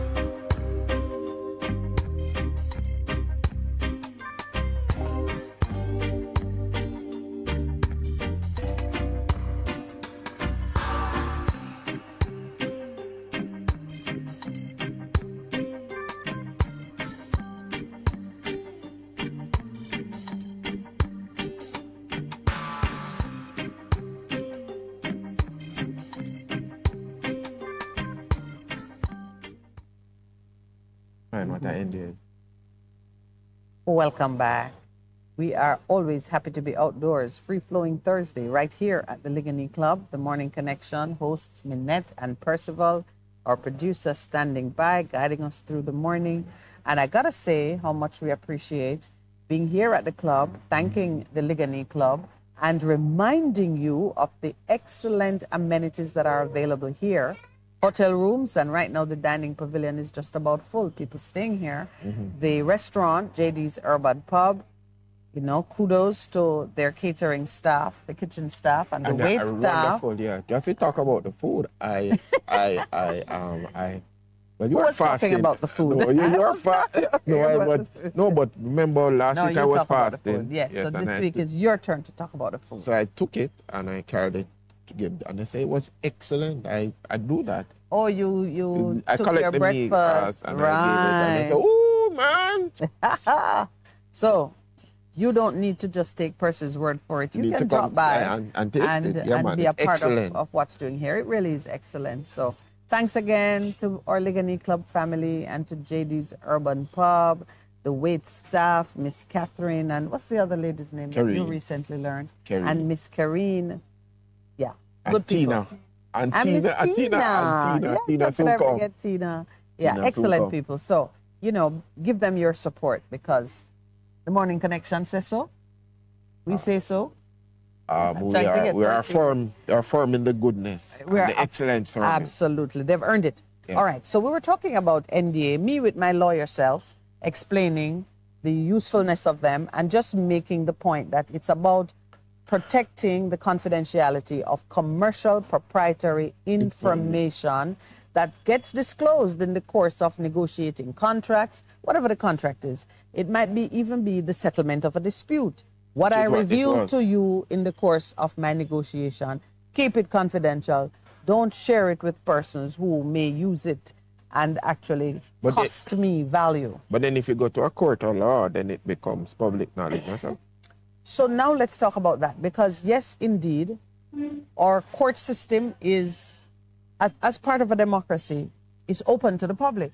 Correct. Documents filed in court are accessible by the public unless there are orders of the court which protect them. You know, children. Okay. There are some things which will be protected, not to keep you away from the information, but to protect the persons who are a part of what is happening. Files may be sealed for a time. You know, because that happens in terms of, I know for adoption. Yes. I know for adoption. Absolutely. So it's mostly children. Yeah, to protect them, yeah. National security issues will attract that kind of protection. But outside of that, documents filed in court are public documents. There's a registry and you can go. There has been a trend, a development under this Chief Justice, which I think one day someone is going to make an application testing the constitutionality of how this court administration deals with access to documents. When you go, you have to fill out a form. I think you have to provide your TRN. You have to say who you are. And there seems to be a culture that the files cannot be looked at unless you are a party or you represent a party. That means that's killing investigative journalism? It is the death to investigative journalism unless you can bribe somebody to participate in something or you can get help. Now, they're treating it like the Access to Information Act. I went down to the court to see if probate, an application for probate had been made in the estate of someone who, you know, and they gave me a form. I think I still have the form. So aside from paying a fee, paying the fee is not the problem. You really should not pay to see the file. You should pay to copy documents. Right. They charge a fee for you to see the file. And that's not a part of your constitutional guaranteed right. So we should probably ask the Chief Justice, why is it? This is why are they charging services? Yes, and they collect data which has no bearing on your freedom to look at a file. They come data protection. So if them have all of these things and somebody get a hold of it, hack into it, what they do with it? Them what they go tell you, say? Well, they are like everybody else, must have the necessary resources. But I see that you get the point. Yes, you have to be, have to be careful. There's a distance we go sometimes which is wholly unnecessary. I don't know why I need to give my full name, address, and TRN to look at a document which is public.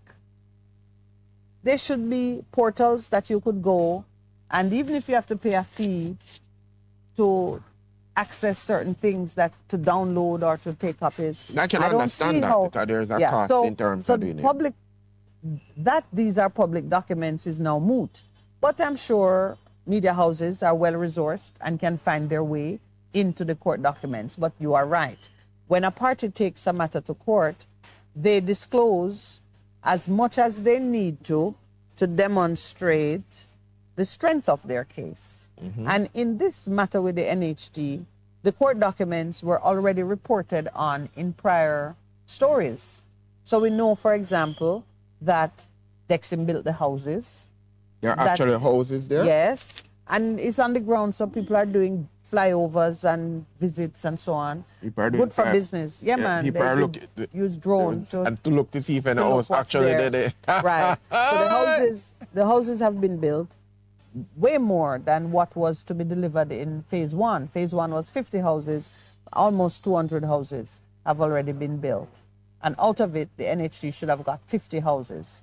So there was more than what they could get their So then why is it portion called from. a failed multi-billion-dollar contract? Because a dispute arose between the parties that's been reported on. And that's that was in the earlier stories that the Gleaner ran. And we all see what the dispute was. The houses did not conform to the contract specifications which NHD and the company signed off on.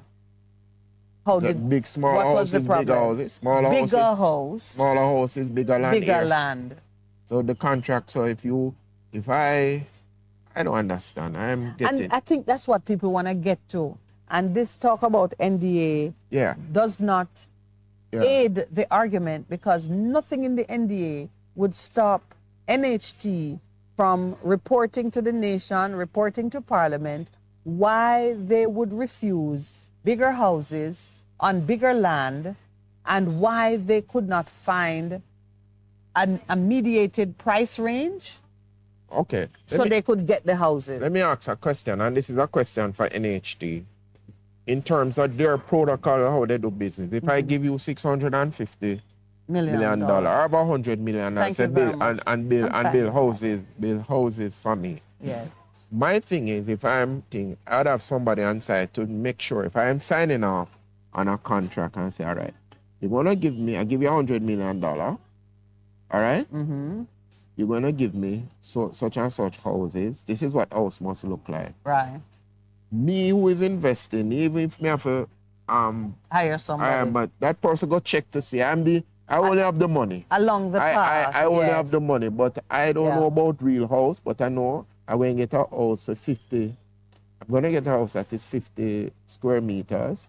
It have 2 bedrooms. I'm just saying hypothetically. Mm-hmm. The man who is the land surveyor and the architect would I have somebody else look at it for me? Absolutely. Project manager. Yeah, just look at it and make sure it's on. Also, just for quality control, also, a house is being built. You're not going to wait until they show you the house all painted and zipped up before you know if they put steel in it. No, because that's another thing. You're joking, because remember those people over Portmore side, they said NHD. This is the Berkshire. The Berkshire, and them complaining. And NHD just come in trying to fix it. So I'm saying something. And I believe, I hope that those are the questions which the Gleaner has put to them. And if those are the kinds of questions, that don't affect no NDA, because that's about you and your process. Yeah. An NDA seeks to protect somebody needs to go audit NHD. Well, the other side it called. Let's go and audit NHD. Yeah. What are they doing? What are they doing? Yeah. And let me tell you, there's no need for, you don't even have to be thinking about this transaction. You could just look and say, well, over time, how many transactions have fallen into problems with NHD, and why? That has nothing to do with the confidentiality which is conferred to the other parties. We're looking at Look at the track record over the years for NHD giving people money. Yeah. What do they get in return? How do they safeguard the process? You had the other development on the one, is it the Ruthven Courts? Whatever. Oh, yeah. The development that flooded out when rain fell. You know what they had to do? And that was another problem thing, because, you know, when it flooded out, then build a wall. You notice they used to have access. So it won't, so they'll have a pool? No. If you build a wall, when water goes in, the gate that water, because they have underground parking. Yes. And that is one of the things. So where most of the water was coming into, they built a wall. There's a wall there, so no water can come in unless it is like 10 feet high to go over. But so the entrance only is on the other side. Okay, so that. And then even that has its problem. Ooh. All right. So you're raising the business of what's their protocol, what's their process when they have these contracts out. How do they manage it to avoid great disappointment and surprise and controversy when it comes time to take the houses? As if you look at Ruthven, it was supposed to be for a certain amount and it ended up being 35. And they say, well, because of what happened with COVID and building materials and so this on. contract was in the same time too, you know, if you notice from the papers that have been disclosed, this contract started 2019. So you know COVID was rampant during that time. And so let me tell you, People, you must know. You must know when red herrings. NHD and its internals, because we have to look at that now. Yeah, because if I noticed though that they've been careful not to make it seem as if it's about the private contractor. Just keep saying a private contractor, because somewhere in all of the mess, I think people are recognizing that it can't be about the private contractor. It must be about how the public agency is doing their thing. All right. So, of course, you know, one of our prior and the way we've been pushing is to bring a spotlight on these areas of public administration, governance issues, which we want to see corrected so that Jamaica could really prosper. So that NHC can fulfill its mandate. Well, yes, that would be a sure objective. And then, you know, many of our callers comment on how NHT money gets hived off to do all kinds of different things. It has happened. Education, the budget. Yeah, budgetary support. We had to do. So maybe in the time after they see that they're really just a bank funding other things, they drop their hand on the core mission. I think that is what has happened to the workers. Well, they've definitely dropped their hand. Called for Mr. Miller to walk away from. Yeah. But him say, I'm not getting into the politics. That was his statement. It's not politics. But it's not politics. It's about your efficiency and it's not politics. In doing the so job. I want to make it clear. I want to make one thing clear. In law, there is no NDA or confidentiality clause that can prevent one party from disclosing its own information. Oh. Let me say that again. So if may intend to NDA, yes, the information that is related to Percival, I can't tell anybody. Of course. How would I stop you from disclosing your own information? The confidentiality is to protect my information. Now, there's going to be some information that overlap because you might say, I paid Minett $10. And Minett don't want anybody to know how much she was paid. So that information is as much mine as it is yours. So you can't touch that. That doesn't apply in this case. Already it is out there. The settlement agreement says NHT get back $650 million plus interest. So if that is already out there, what is it that one could say a confidentiality clause would prevent them from disclosing? So according to a definition. To your internet dictionary. Yeah. NDAs or non-disclosure agreements are legally enforceable contracts that create a confidential relationship between a person who has sensitive information and a person who will gain access to that information. Right. So it means a confidential relationship means one or both parties has a duty not to share that information. Mm-hmm. As you have said, if may enter into that, if Minett and Percy enter an NDA, you can tell people your business as much as you want. Just don't tell them mine. Don't tell them what I know about you. All the things you would have told me, for instance, about... To justify the result that we come to. Right. Yeah. And that's why also in mediation, in court-ordered mediation, the information you receive from the other party is confidential. I know that because I've sat and signed. And you have to sign an agreement saying I haven't sat as a mediator and have to sign to say whatever them say. You can't talk about anything at all. And no prime ministerial dictate can override that confidence. The person would have to consent to you. Yeah, you can tell the prime minister, say, but you know that's the same thing in a counseling relationship. When we begin that process, I have to say to them, okay, first thing, confidential, ethically, you can't tell anybody anything. The only two circumstances that I can breach it is if you tell me I'll kill yourself. So you're a danger to yourself. And secondly, if in the course of it you have injured a child or an adult or somebody, so like a crime then. Yeah. So, right. Same thing. So different. Yeah. Sometimes so they know what I said. Yeah, we go on as if these things are new. They're not new. Like if somebody comes with even a child and the parents, oh, they say me can't tell them. You have to tell me to tell you. Yeah. So we can't do that. I can't do that. And I'm saying, right, they said no. So that is why they come and they do what it is. Yeah. Good morning, Earl. I see you're awake. and cold. Oh, Lord. So I thought I'd mention it because when you hear these things in the media, you might think, oh, my God, there's some big thing being hidden. Or you may even think that private sector people are frustrating the government agencies from doing the right thing. Not so.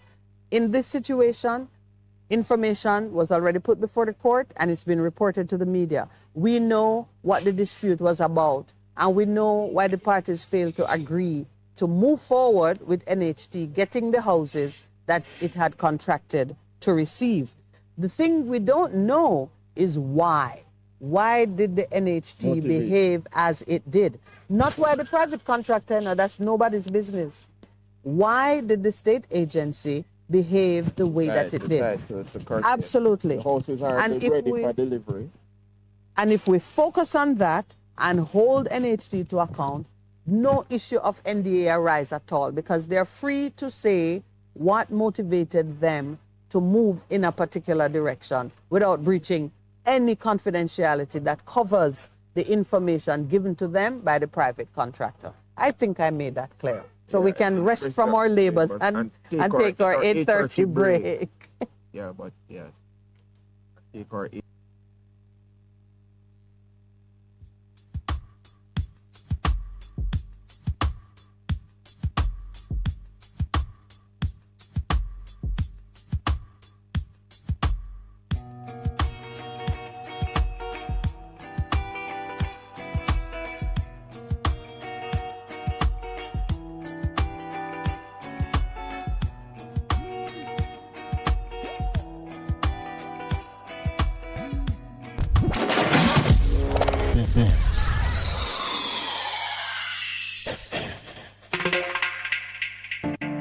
Do you need reliable health care? We have it! Yes, we do! Great George Street Pharmacy. Shop number 897 Great George Street, Savannah, Lamar, Westmoreland. Opening hours, Mondays to Saturdays, 8:30 a.m. to 6 p.m. Call us at 876-603-7372 or WhatsApp us at 876-205-0499. Yes, we have reliable health care for you at Great George Street Pharmacy, Savannah, Lamar.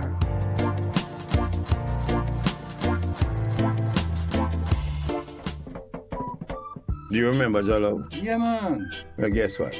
I allow it 4 to 6 every Friday. Boom shot. And Best 100 FM. Boom shot. You ready? Yeah, man. You ready? Yeah, man. Well, I eat that. I love it. Which part of it? Tune in, beloved people. We're there for it.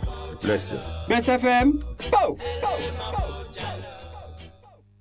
You ever hear Earthquake call and say, "Hello, Miss Lee, yes, it's me, Earthquake, I coming Tuesday around 10? No, sir. Earthquake does arrive unannounced, and when it come, it shake all sense and sensibility out of way. Remain calm, stay inside, and do the DCH. Drop, cover, hold on. Once the shaking starts, you know it's earthquake. Make a quick move to a safe place. Don't run to the door, we are in the exit. Stairs might block up or full of people. Elevator, avoid that, because you might get in and poof, power gone, and you're stuck in that box without ear. Drop, cover, hold on. A message from the Office of Disaster Preparedness and Emergency Management.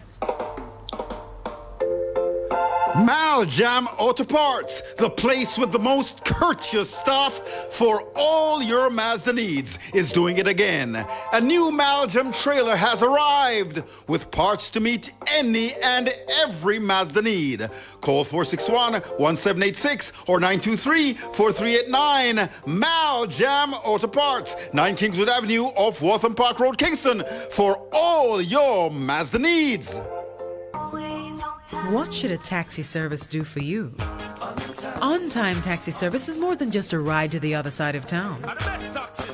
They offer clean and spacious vehicles, reliable service, and promise to always look out for their customers. They'll come when you call and take you where you want to go on time.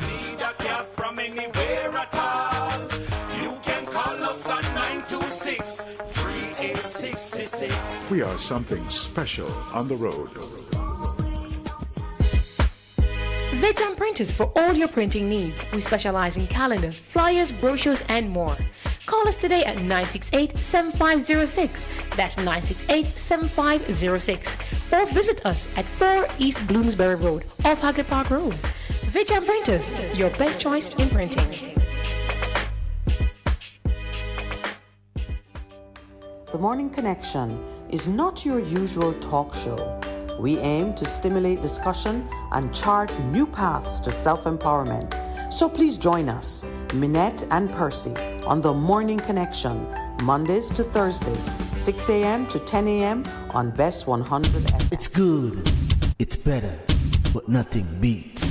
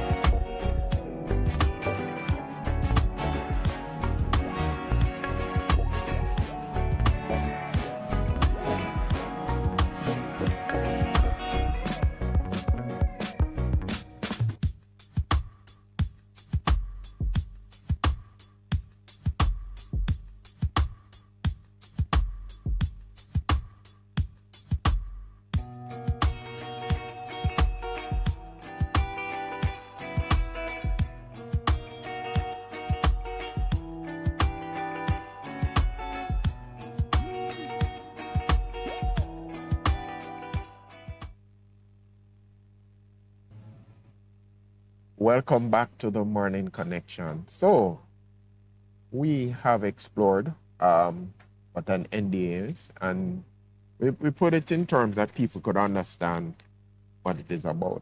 So it begs the question, if houses were on the ground, it's not like it's not a phantom development. And there've probably been some of those. You know, remember the missing housing? Mrs. Housing. Oh, the missing church? Mrs. Schools, I know, yes. they love to talk about that one. But the fact is, there are houses on the ground. So what would have prevented the NHD from negotiating? What's out in the public domain that it was a mediated settlement? Yeah, the settlement came after. And went to court. And so why not take the houses? It's 50 houses. That's 50 houses that you can do what you need to do with it. Is it that the houses had become more expensive than what they had projected? But then if you are getting bigger houses, more land, and it goes out saying. The story so far, and this is in the public domain if persons are tracking it, the story so far is that the contract began just before COVID. That during the period of COVID, the kinds of delays with building material, the whole thing that everybody know about, were such that it said the company, the developer, triggered the termination clause. So the developer attempted to terminate. But even when someone attempts to terminate a contract, and you begin to use the dispute resolution provisions in the contract to come to a consensus, there's room for you to shift your position based on what is demonstrably true.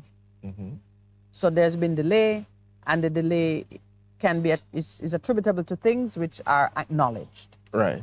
So you would quantify in a normal course of events, you would quantify the impact of the delay and shift your position, because remember, $650 million can't build 200 houses.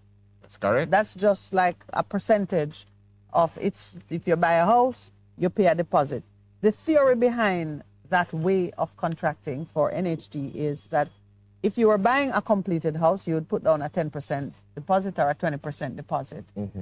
And the owner of the land would then be at liberty to draw from that deposit, put in the infrastructure, and start the process. But obviously, you're going to need more money. $650 million can't build 200 houses. So the first batch of houses that you should deliver, your money from that would allow you to move on to the second batch, and you would get another prepayment. Based on. So they had their system worked out, whatever it was. So all right, let us do some maths based on what is in the public domain. So it's $650 million divided by 12. While you're doing your math, let me say hi to Earl and to your sister, Cheryl. Good morning, Cheryl. Are you going to weigh in on the pre-birthday birthday blessings for your little brother? Yes. She's my older sister. Yeah, so we're doing that. We're taking greetings for Percy today because we're not on air tomorrow. So if you want to bless Percy with a prophetic word to Earl and to Miss Cheryl, so this is a good time. So $650 million. It was 12 million they were supposed to deliver the houses for in the 12.5. 12.5. That would be 54 houses.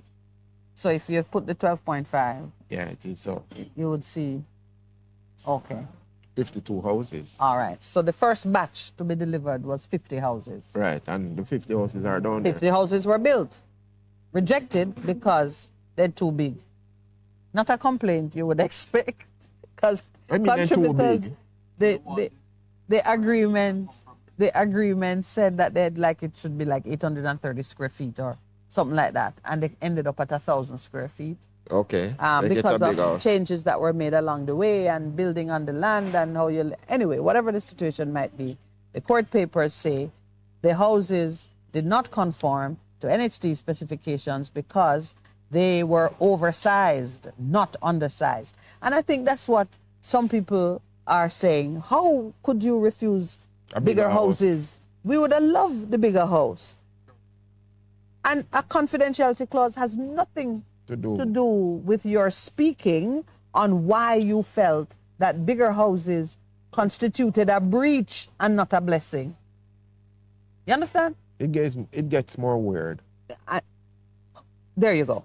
Okay. And the other now would be, so the contractor says, it cost me more to build them, so 12.5 with what has happened with COVID and blah, blah, blah. And remember building costs. That's why the Ruthven Towers, which you use, Ruthven Towers, that there was a big comparison. Yeah. And they were out there justifying why it went up and they had to pay the contractor more and so on and so forth. So it's very unfair for the parliamentary opposition to call it a sweetheart deal. Sweetheart to whom? So is it that they have not looked in it, or they're just using it? They're just using it for politics. Oh, so they have to be careful. That's why I agree that you have to be careful. Private sector companies, when things are going down and the government is being held to account, keep quiet. What they say, cockroach no business in the house, right? When they are duping it out, you keep quiet. Never goes well for you. At some point, you become the mutual punching bag. So those who can speak on it, you speak on it in righteousness and for fairness' sake. So if the NHT were to explain themselves concerning the rejection of the houses... That's why somebody calling for the resignation of Mr. Miller. Mr. Miller, because it sounds fool. Yeah. Earl, to you, Percy's birthday is tomorrow. Earl said whose birthday? Percy's birthday. No, and then they describe the opposition shadow person as an attorney at law. Not described. She is an attorney at law, so it is stated. I don't know her personally.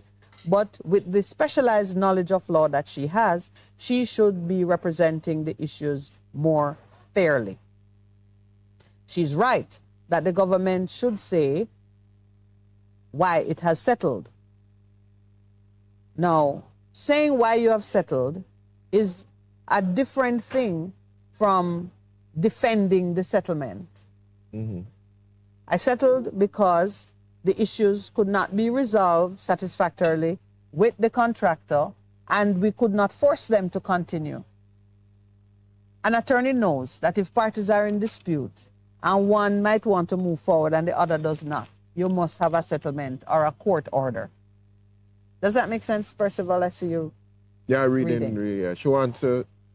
She says the government has a responsibility to say to us, to inform the public, what is it that the Prime Minister knew about the settlement? Okay, that's her interest. The terms and conditions.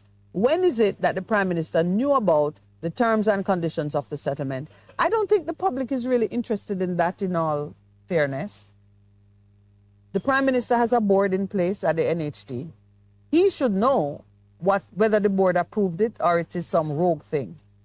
And he can speak on it without breaching any confidentiality requirements that the parties to the settlement may have. But we don't really want to know When did the Prime Minister find out about it? Because he's not the chairman of the board. Who's the chairman of NHT? I don't know. But you see, but remember, you know. What we want to know is why a dispute arose under those circumstances that could not be resolved by the NHT finding a way to get the house for the people. That's what we want to know. Because when you said the Prime Minister, you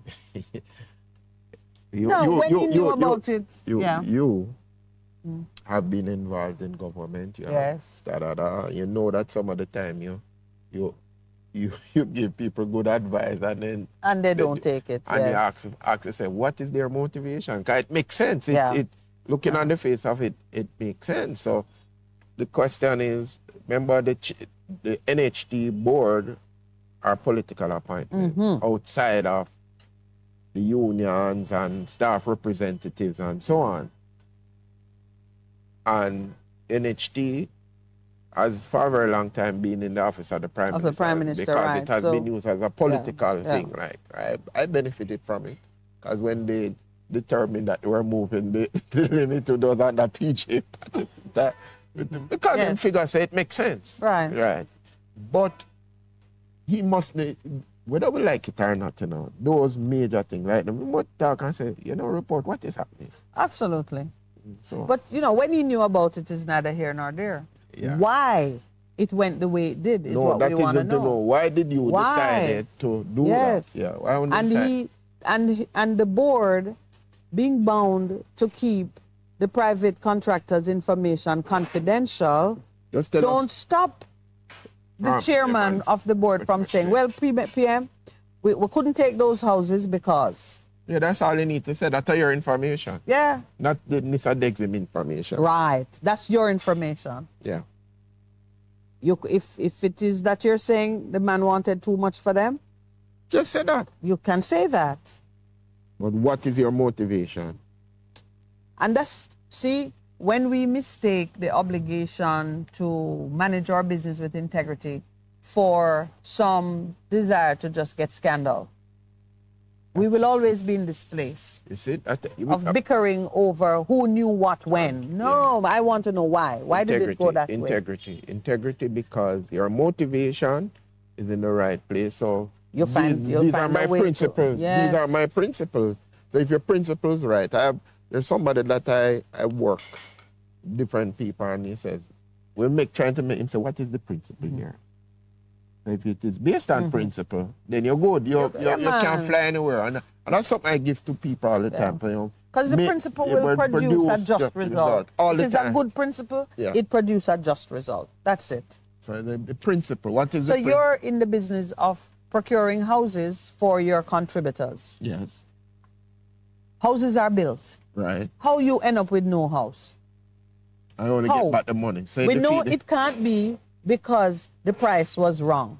Because we saw them go to bat for the Ruth Venn contractor who said the cost of my money went up. Right. And it took a long time to get certain goods and the prices went up for the goods. Right. So I can't release these houses for less than X.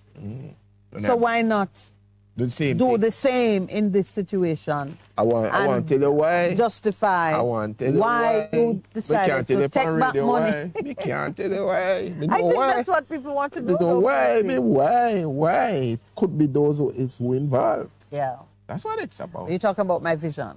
Yeah, it's who involved. I had a vision. I saw a dead body.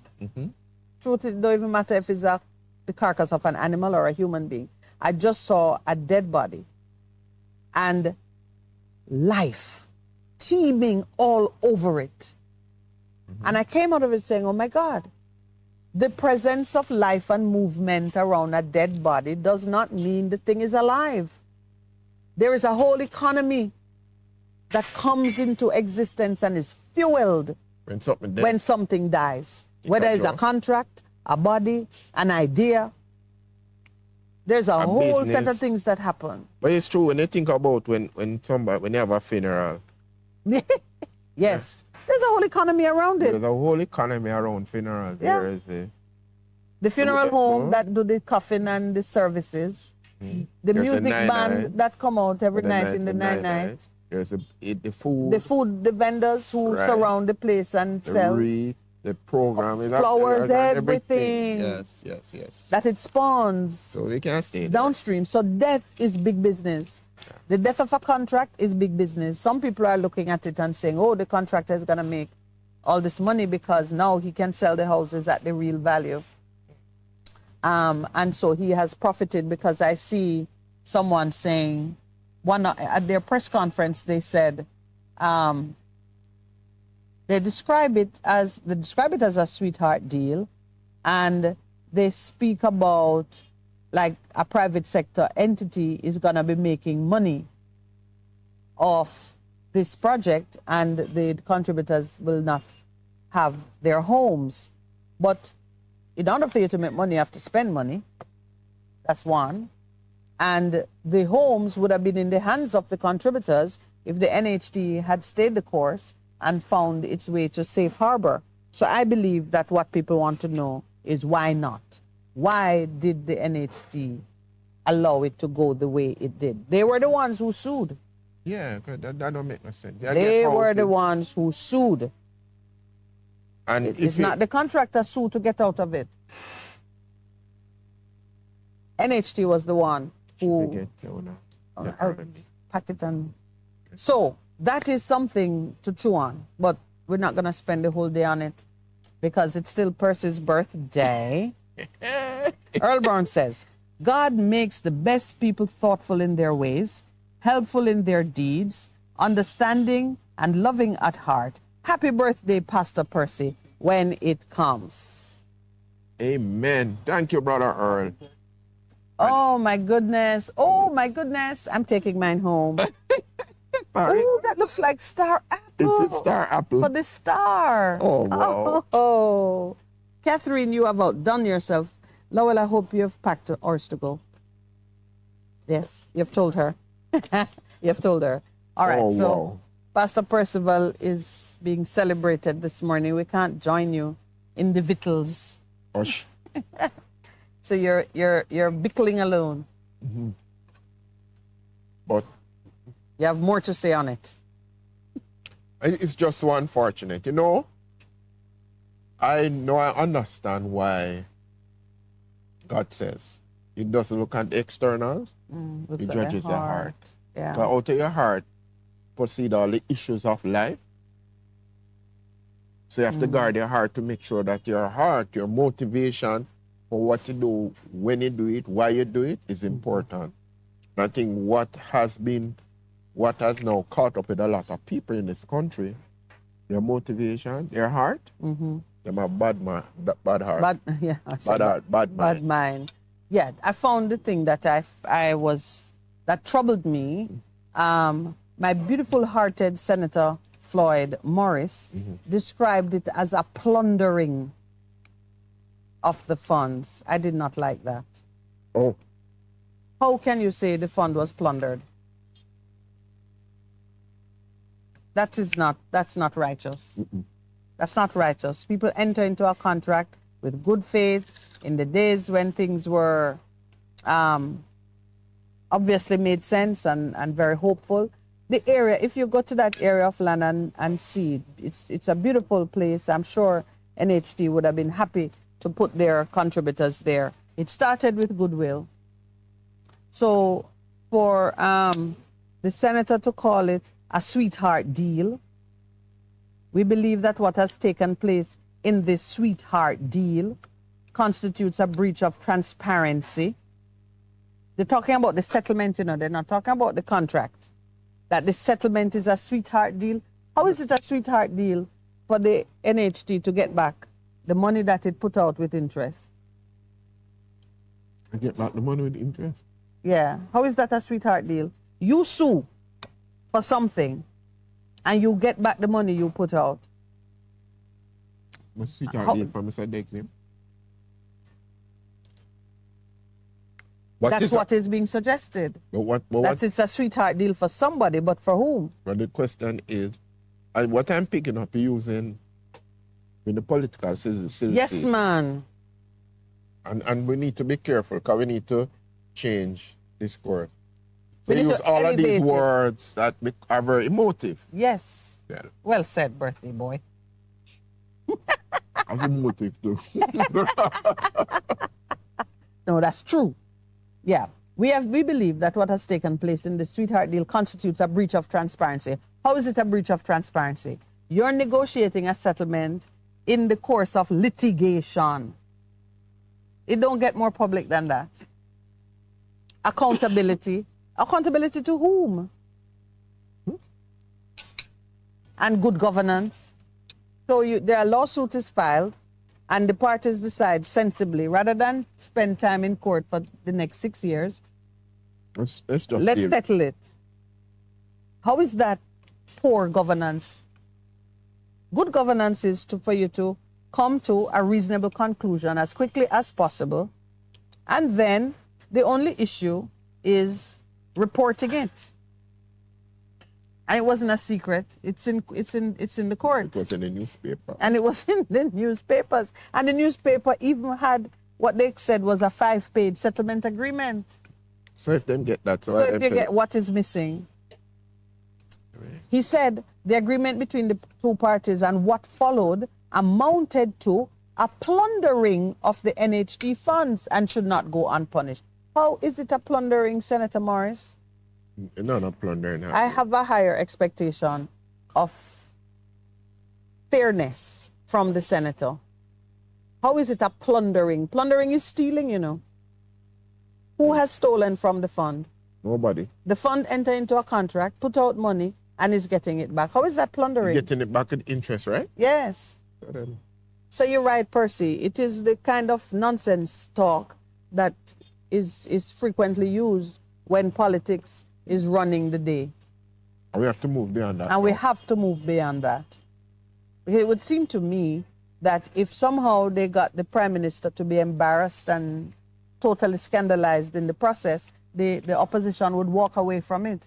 They would not push to see what would cause a state agency to walk away from a deal where there are houses to be had and you are in dialogue with the developer, but you go to court. Then the question is, so the spotlight will go back to NHD. It's back to and they should keep it on NHD and NHD's process. They make a passing comment about NHD should disclose whether it has similar issues with any other developer. But that is not something that you just mention in a press conference. Go do your work and find out. Yeah. Kind of lazy. Because if you can't, it's there now. Do your work and find out, because, and you know, even I could talk about Ruth Vencourt because it came out.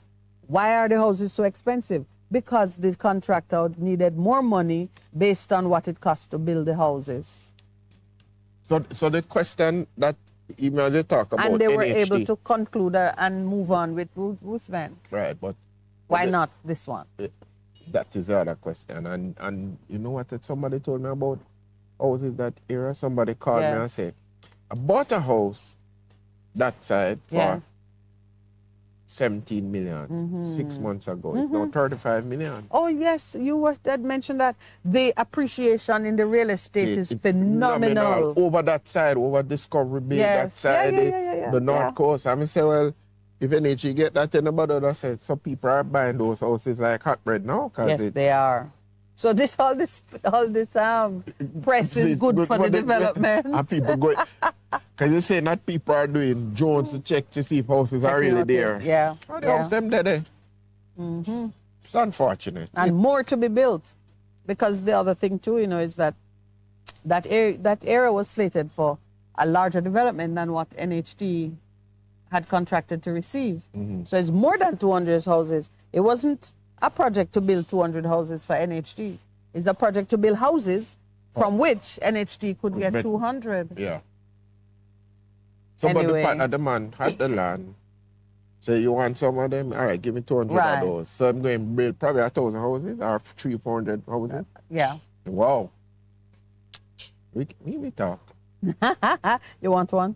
It's your birthday now. Ask for anything. Oh, yes, true. Yes. Can I get one? That'd be so cool. That'd be so cool. But. And then the lawyer make a comment too that is just unworthy. Which are the lawyer? Miss Jess, the political lady, she argued that the mediation took place in June 2023 and the settlement agreement was signed in November.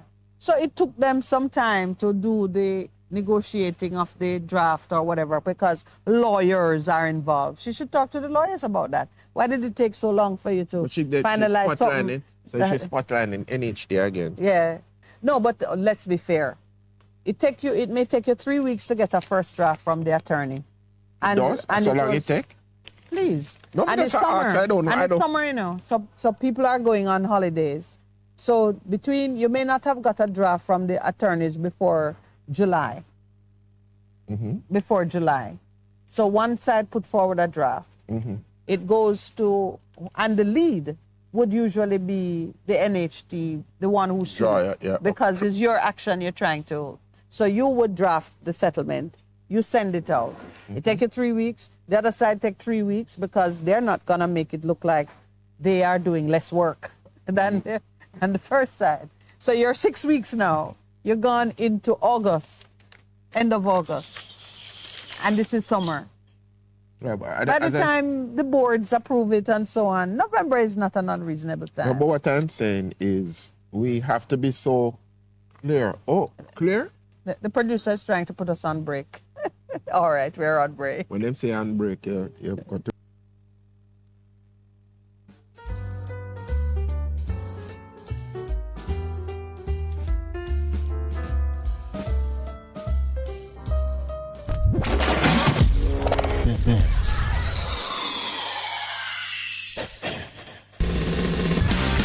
You're simply the best.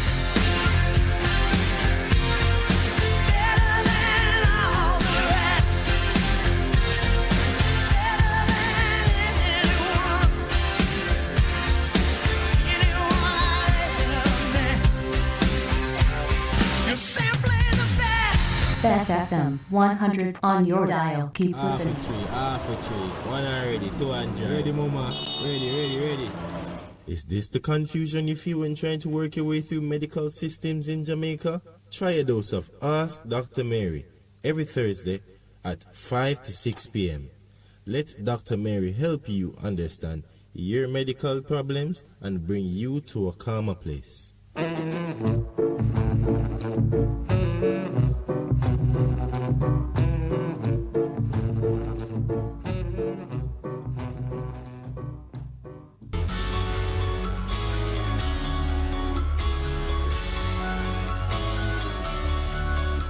Discussions on health and education, inspiring interviews, surprise giveaways, your favorite songs. Tune in to Bess 100 FM this and every Sunday at 11:30 to 12 noon. It's Distinction 411, your weekly college magazine program hosted by James and the Distinction family. Catch you on Sunday.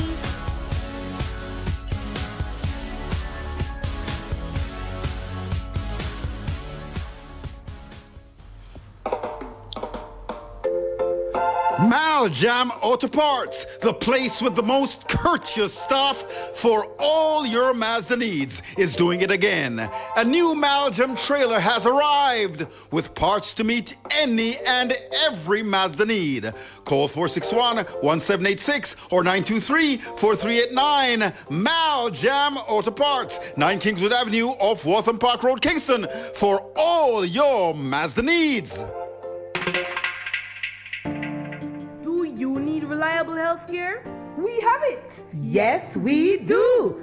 Great George Street Pharmacy. Shop number 897 Great George Street, Savannah, Lamar, Westmoreland. Opening hours, Mondays to Saturdays, 8:30 a.m. to 6 p.m. Call us at 876-603-7372 or WhatsApp us at 876-205-0499. Yes, we have reliable health care for you at Great George Street Pharmacy, Savannah, Lamar.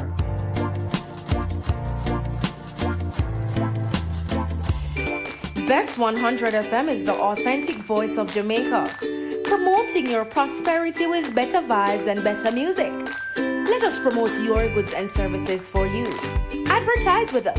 For more information, call our office at 876-276-8935. That's 276-8935. The Morning Connection, is not your usual talk show. We aim to stimulate discussion and chart new paths to self-empowerment. So please join us, Minett and Percy, on The Morning Connection, Mondays to Thursdays, 6 a.m. to 10 a.m. on Best 100 FM. It's good, it's better, but nothing beats. Best FM.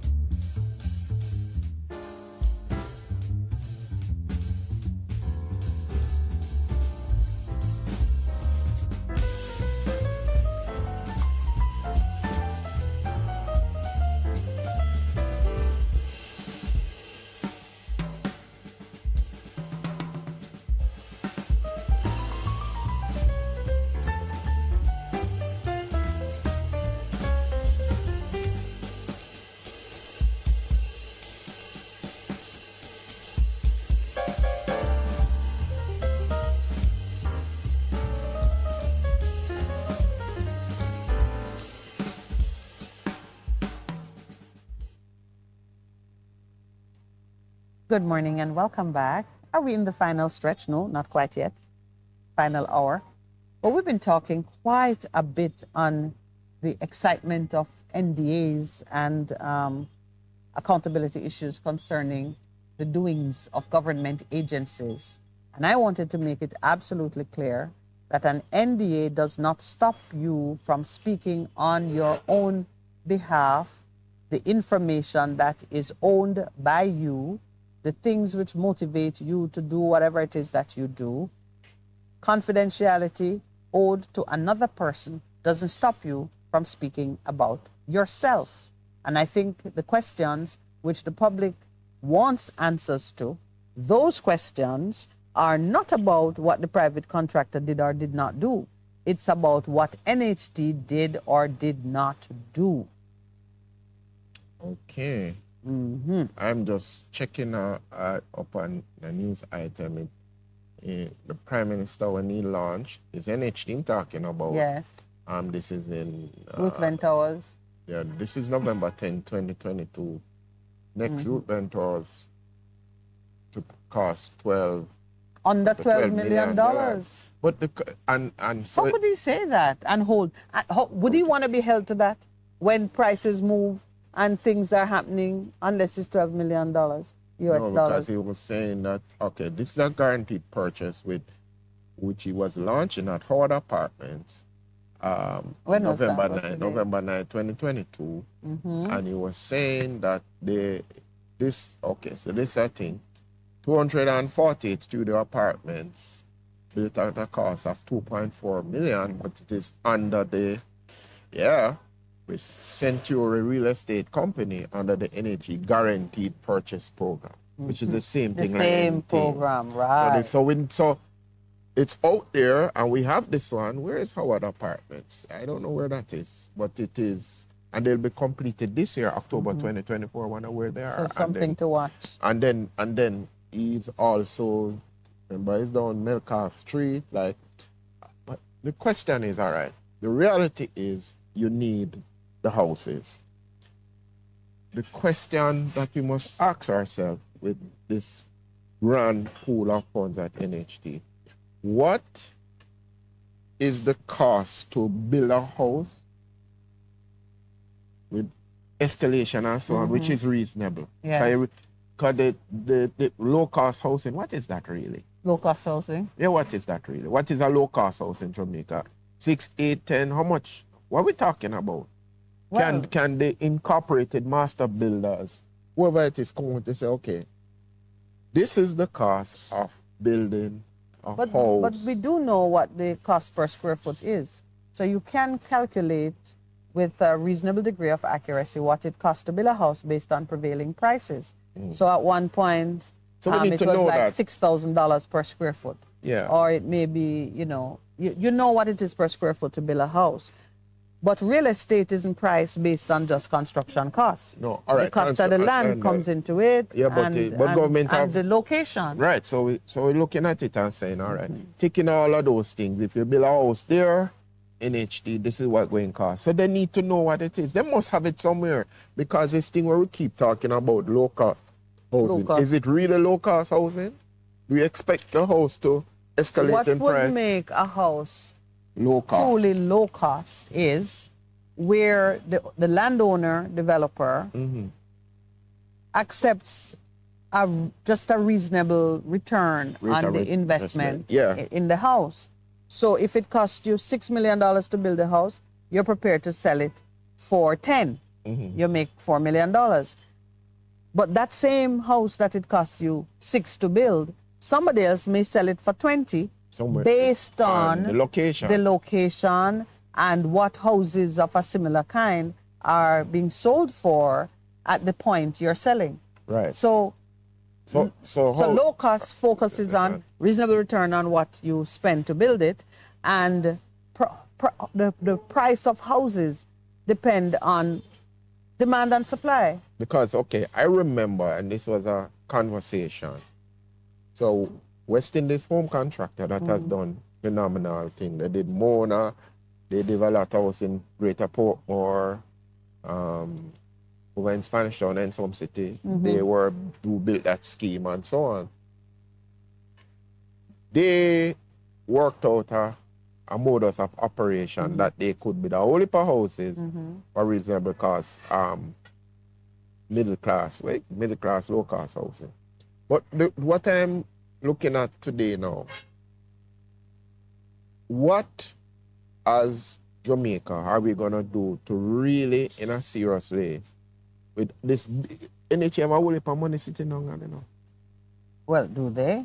The rate at which government takes from it to do other things. Even with that. Because if you have force, you have to pay NHT. Yes, but depending on employment rate and how people are paying, it may be a dwindling fund, because there are some times when they have cash flow situations. Yeah, and I can't imagine that. But anyway, I'm really trying to say now that we don't get into this constant cascas over should NHT be doing this and that. Can we agree that the trust will only deal with housing?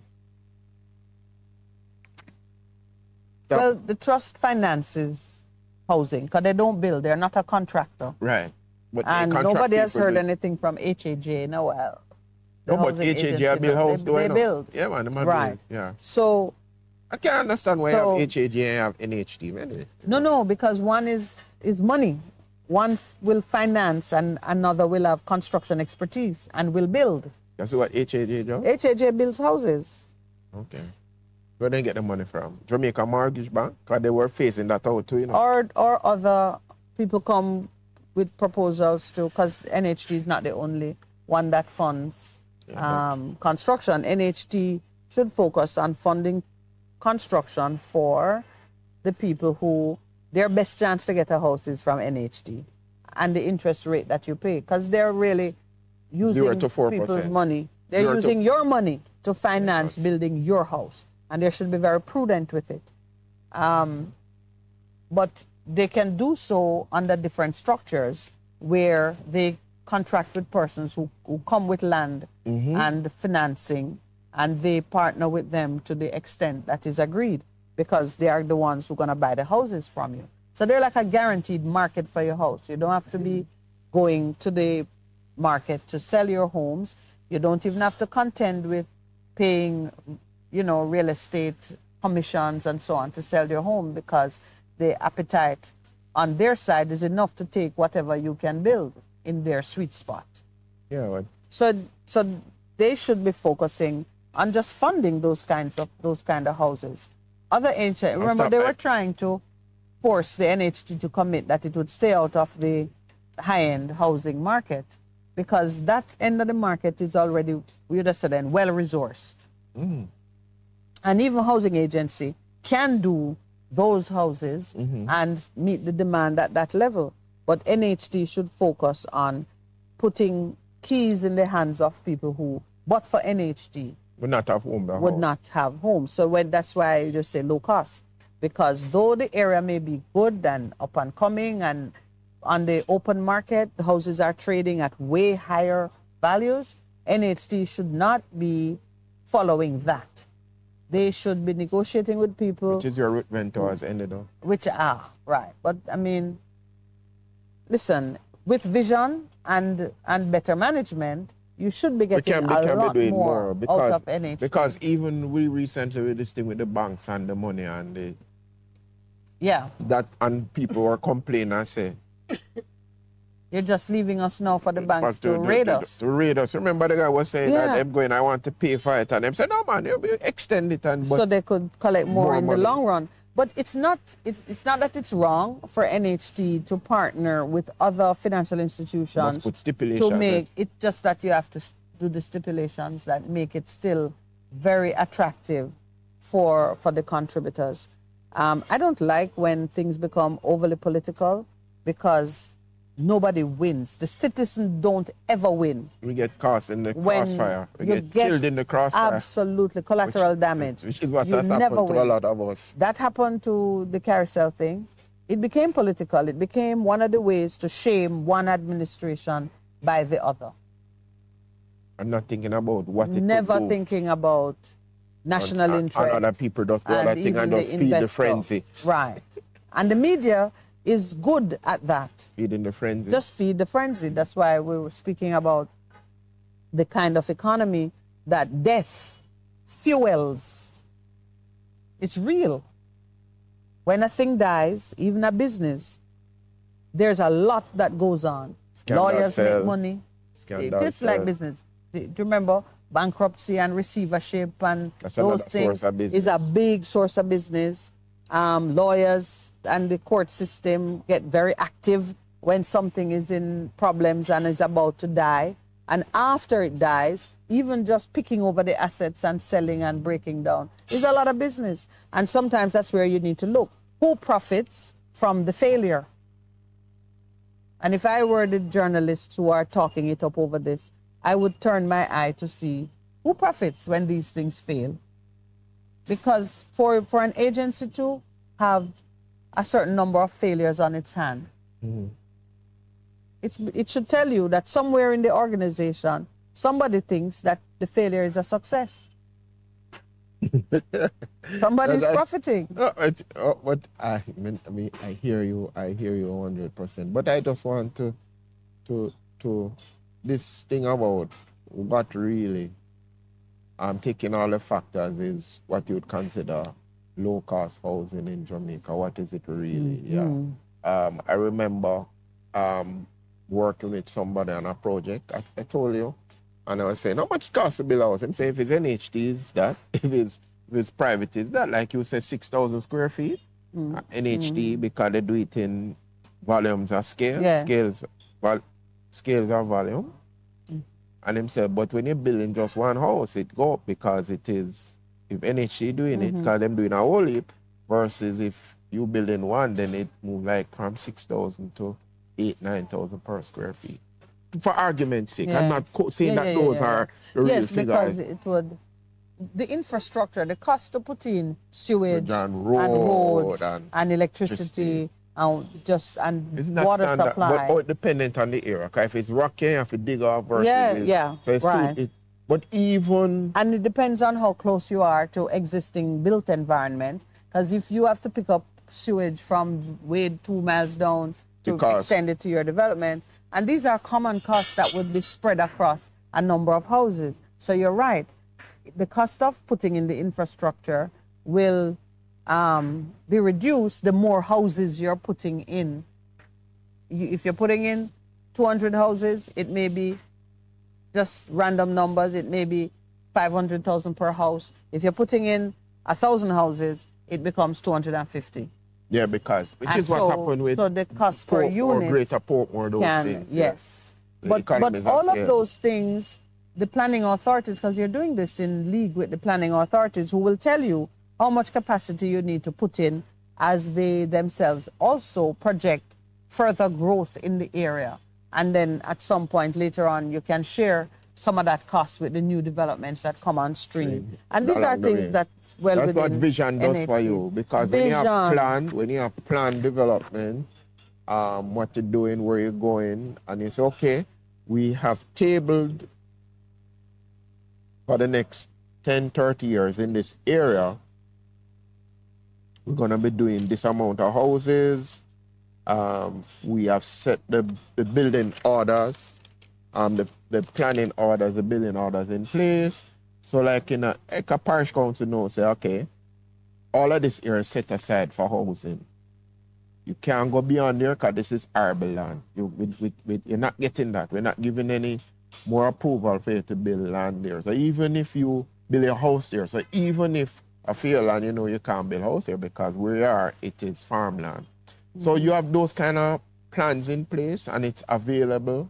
So that's why you have planning authorities, that you can plan and tell people, all right, we want 100 houses. If you come in and do houses in that area, this is what will happen. These are the incentives that we give to you. And so you have planned and orderly development. Yeah. And NHT should be a part of that. Because, and the land agent should be a part of that. Because, you know, say, this is where we're doing, but we just do anything. A man say, all right, let's build it in housing, which is one of the fears in terms of the lands, K1's lands, the Bernard Lodge lands, what is happening there, what is happening at Inzwood when one person gets how much 1,000 acres for farming, and somebody said, them just a wait, man. Them just a wait, man. You soon see them put house on the land. Yeah. Yeah. So all of those things. So you're going back to vision. Yeah, man. And so the questions that I would imagine that both the political ones and the media would ask would be questions that probe what is the vision, what's the execution methodology, what is the level of oversight, not when the thing dies, but after you've given birth and you're nurturing it, because nobody enters into a contract in order to fail. You enter into contracts to build wealth and to create value for both sides. Okay. So when it fails, the question you want to ask shouldn't be centered on how did it die and who killed it. You should be looking at what did you do along the way to support it and to make it successful, because that's where you're going to find the problem. Yeah. You're not going to find the problem in how did it die. I mean, you know, we're not all attending the post-mortem. Yeah. It's already confirmed that it dead because the people settle and are moving on. And you wanting to know how this came about should be asking the right questions and not be distracted by the overwhelming need to create a political scandal. Yeah. We're tired of political scandal. We really want change. And you see, you know why political scandals happen and continent happen? Because people go in with wrong motivation, the wrong heart, bad heart. And as a result, if you can't get a good tree if the seed is not good. And which is what was happening. Oh, here it was. So when Ruthven Towers Phase 1 earned the government significant backlash when it was revealed that the apartments constructed through the NHT were priced around $40 million, despite the trust's primary goal, provide access to affordable housing. Okay, good. So if those... So you found your own answer. Yeah, but I'm just thinking, if it's a 12 and they say, okay, costs have gone up at 18, but I still take it. Yeah. And 18, at 18 is still and the houses are deal. there, take it. So again, we go back to the question is why couldn't they have found a middle ground to say? And the information is already out there that the developer was saying, give me a top up on the price, we can make a deal. Yeah. Information is there. So even for them to be distracted by this talk about confidentiality is just smoke and mirrors. Them goodie. Yeah. Let's go to I want to. You want to understand how can recruitment be sexy? Yeah, beyond that. You want to be recruited? I'm sexy, you know. I have my own sexual appeal. So don't go there, girl. I don't do that. So let us hear why Pastor Percival has declared that he has his own sexual appeal. Oh, not sexual. Human capital stakeholders were being urged by none other than Senator Dr. Dana Morris Dixon to make recruitment more sexy. To make recruitment more sexy. What does she mean? I make the people that make the work more sexy. No, recruitment, she said, must be more sexy. Oh, Jesus. That sounds like more PR than anything else, because it's not about the work. Though she does say something, Percival, that I want to put to you. Which is what? AI? She was speaking on the occasion of some technology company that facilitates a platform for people to find work and post work and whatever. I need to go and check them, see me find it. And go on it. So she was speaking on that occasion. Icon Work, it named. She says that the old environment, the old school way of setting up, I guess, work recruitment, she doesn't exactly say what she's talking about there. She says the older generation should seek to align with the new cutting-edge technology such as the Icon Work platform. Now, mind you, this is just a platform that handles recruitment and solicitation of work or employees.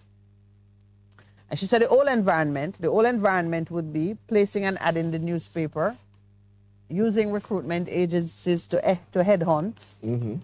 That whole environment. Don't work again. Creating your CV and sending it out to a whole lot of people, dropping off letters here and there and waiting for them to call you back. Yeah. She said that way of doing things doesn't really work for young people. It doesn't? No, so she said. We have to be able to understand that. We have to teach different. So she switches now and she's talking about the education menu. We have to teach different. Everything is very different.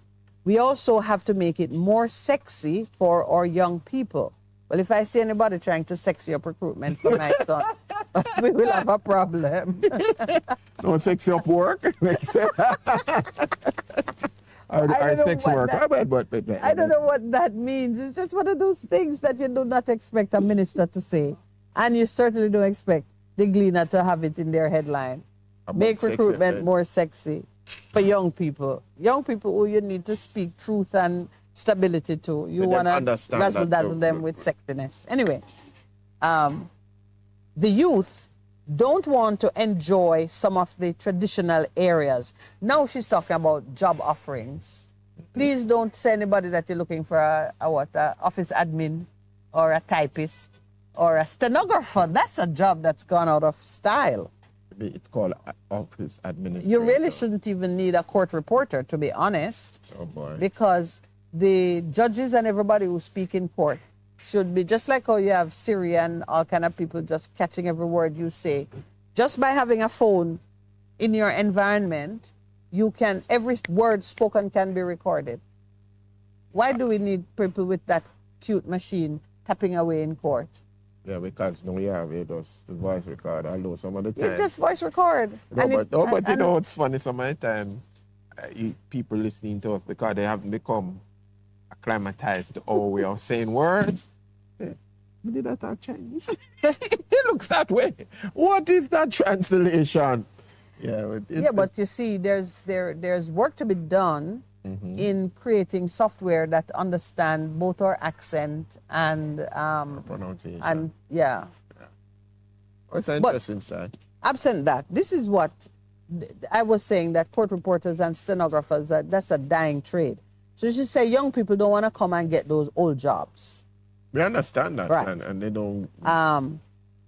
So she says, at heart. Now, this takes me back to the old chestnut you and I keep knocking about. Why is Hart in the Prime Minister's office? Why is it not at the Ministry of Education? Why isn't it? Yes, because the Prime Minister is chopping up education and moving it into a different place, piece by piece. So anyway, Hart is there, and this Senator Dana Morris Dixon seems to be the one. She's in his office too. She's in his office too, so she's right where the heart is. She says at Hart, they are now teaching some new things, and these do sound sexy. Yes. Let me give you an idea. They're doing gastronomy technology. Forget cooking or food and nutrition. We are now teaching gastronomy technology. What is that? It is very sexy for you.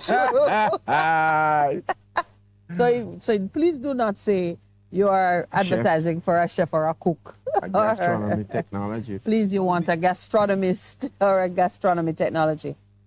But there's a lot of science behind food, as you know. Yes, of food course. Preparation, the development of flavors. You see, when we're talking about trace, I was watching a documentary on one of the Microsoft billionaires is a gastronomist I think as a hobby. So he has funded a science lab to develop food flavors and to isolate flavors versus that to lab. So when you have money, dog by cheese. But it's a big deal because think of it. You're going to space and you want to have lobster for dinner. You just put out the pill. Oh, please. All you need is to smell the lobster, taste the lobster. And then the pill. And you spend a good 20 minutes just being, entranced by the flavors of lobster.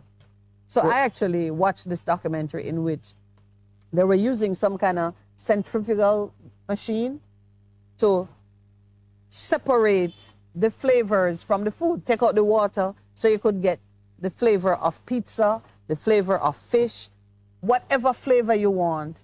It is isolated and you can put it on something. And if you put it in a bit of water and drink it, you taste that flavor. Time to take the break. Because Hart is teaching gastronomy technology. Wait.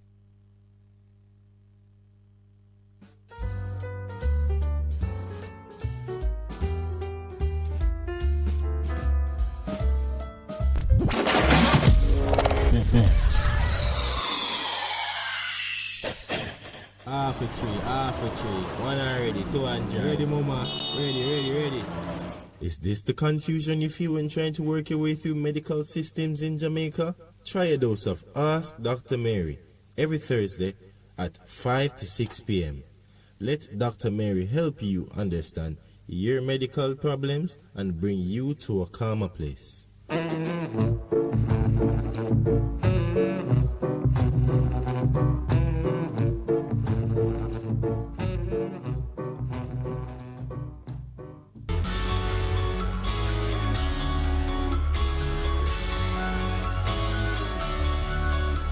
Discussions on health and education, inspiring interviews, surprise giveaways, your favorite songs. Tune in to Bess 100 FM this and every Sunday at 11:30 to 12 noon.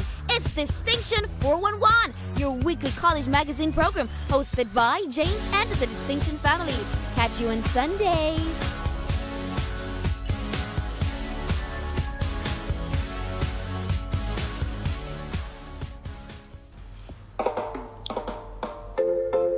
Maljam Auto Parts, the place with the most courteous staff for all your Mazda needs, is doing it again. A new Maljam trailer has arrived with parts to meet any and every Mazda need.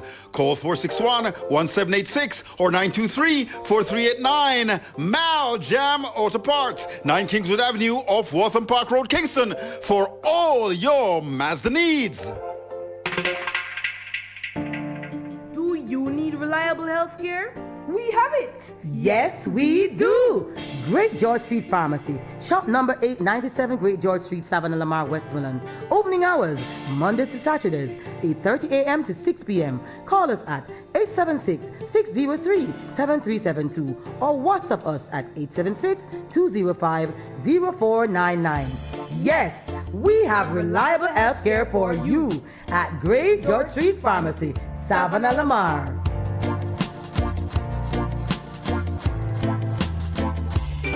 Bess 100 FM is the authentic voice of Jamaica, promoting your prosperity with better vibes and better music. Let us promote your goods and services for you. Advertise with us. For more information, call our office at 876-276-8935. That's 276-8935. The Morning Connection is not your usual talk show. We aim to stimulate discussion and chart new paths to self-empowerment. So please join us, Minett and Percy, on the Morning Connection, Mondays to Thursdays, 6 a.m. to 10 a.m. on BES 100 FM. It's good, it's better, but nothing beats. Best FM.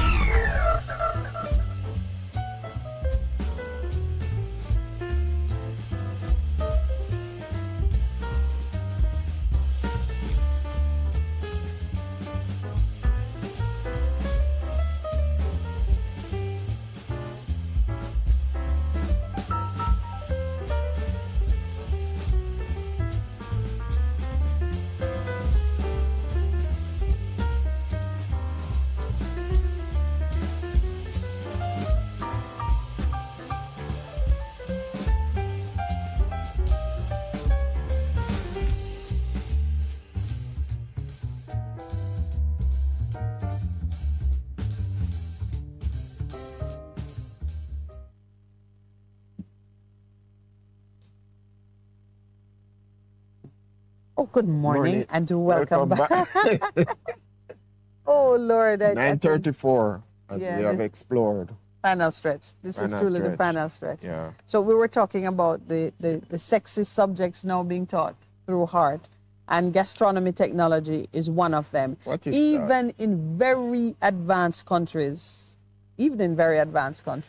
that is still a backroom science.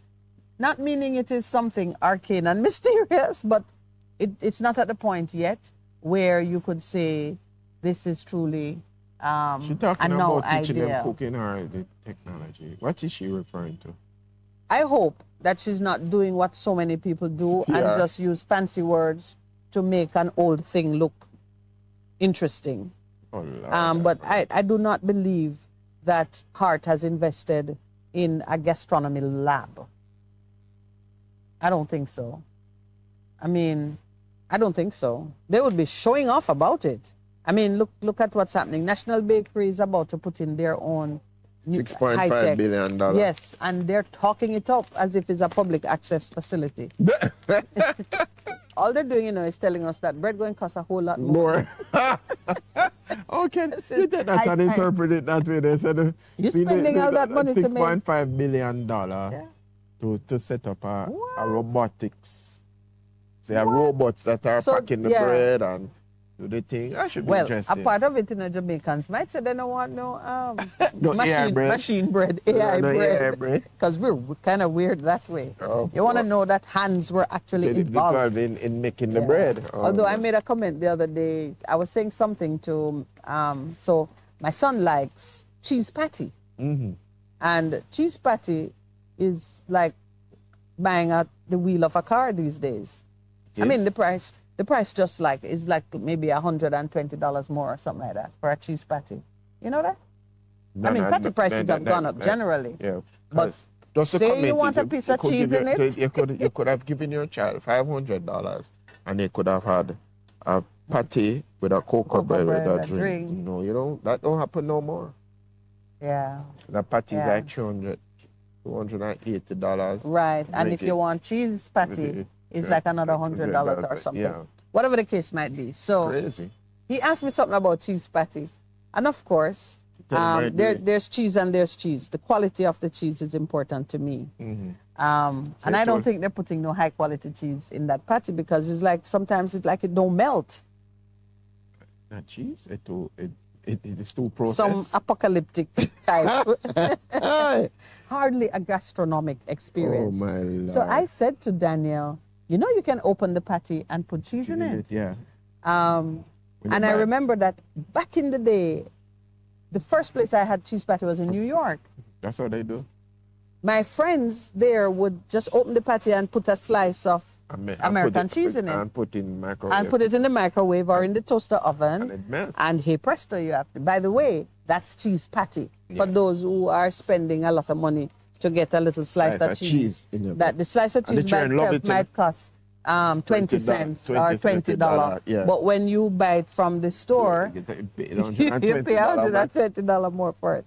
Whatever the case might be, I'm telling my son that you can open. He says, I didn't know you could open a patty. So I said, yes, you can open the patty. Now, I didn't do gastronomy. I did food and nutrition at St. Hilda's.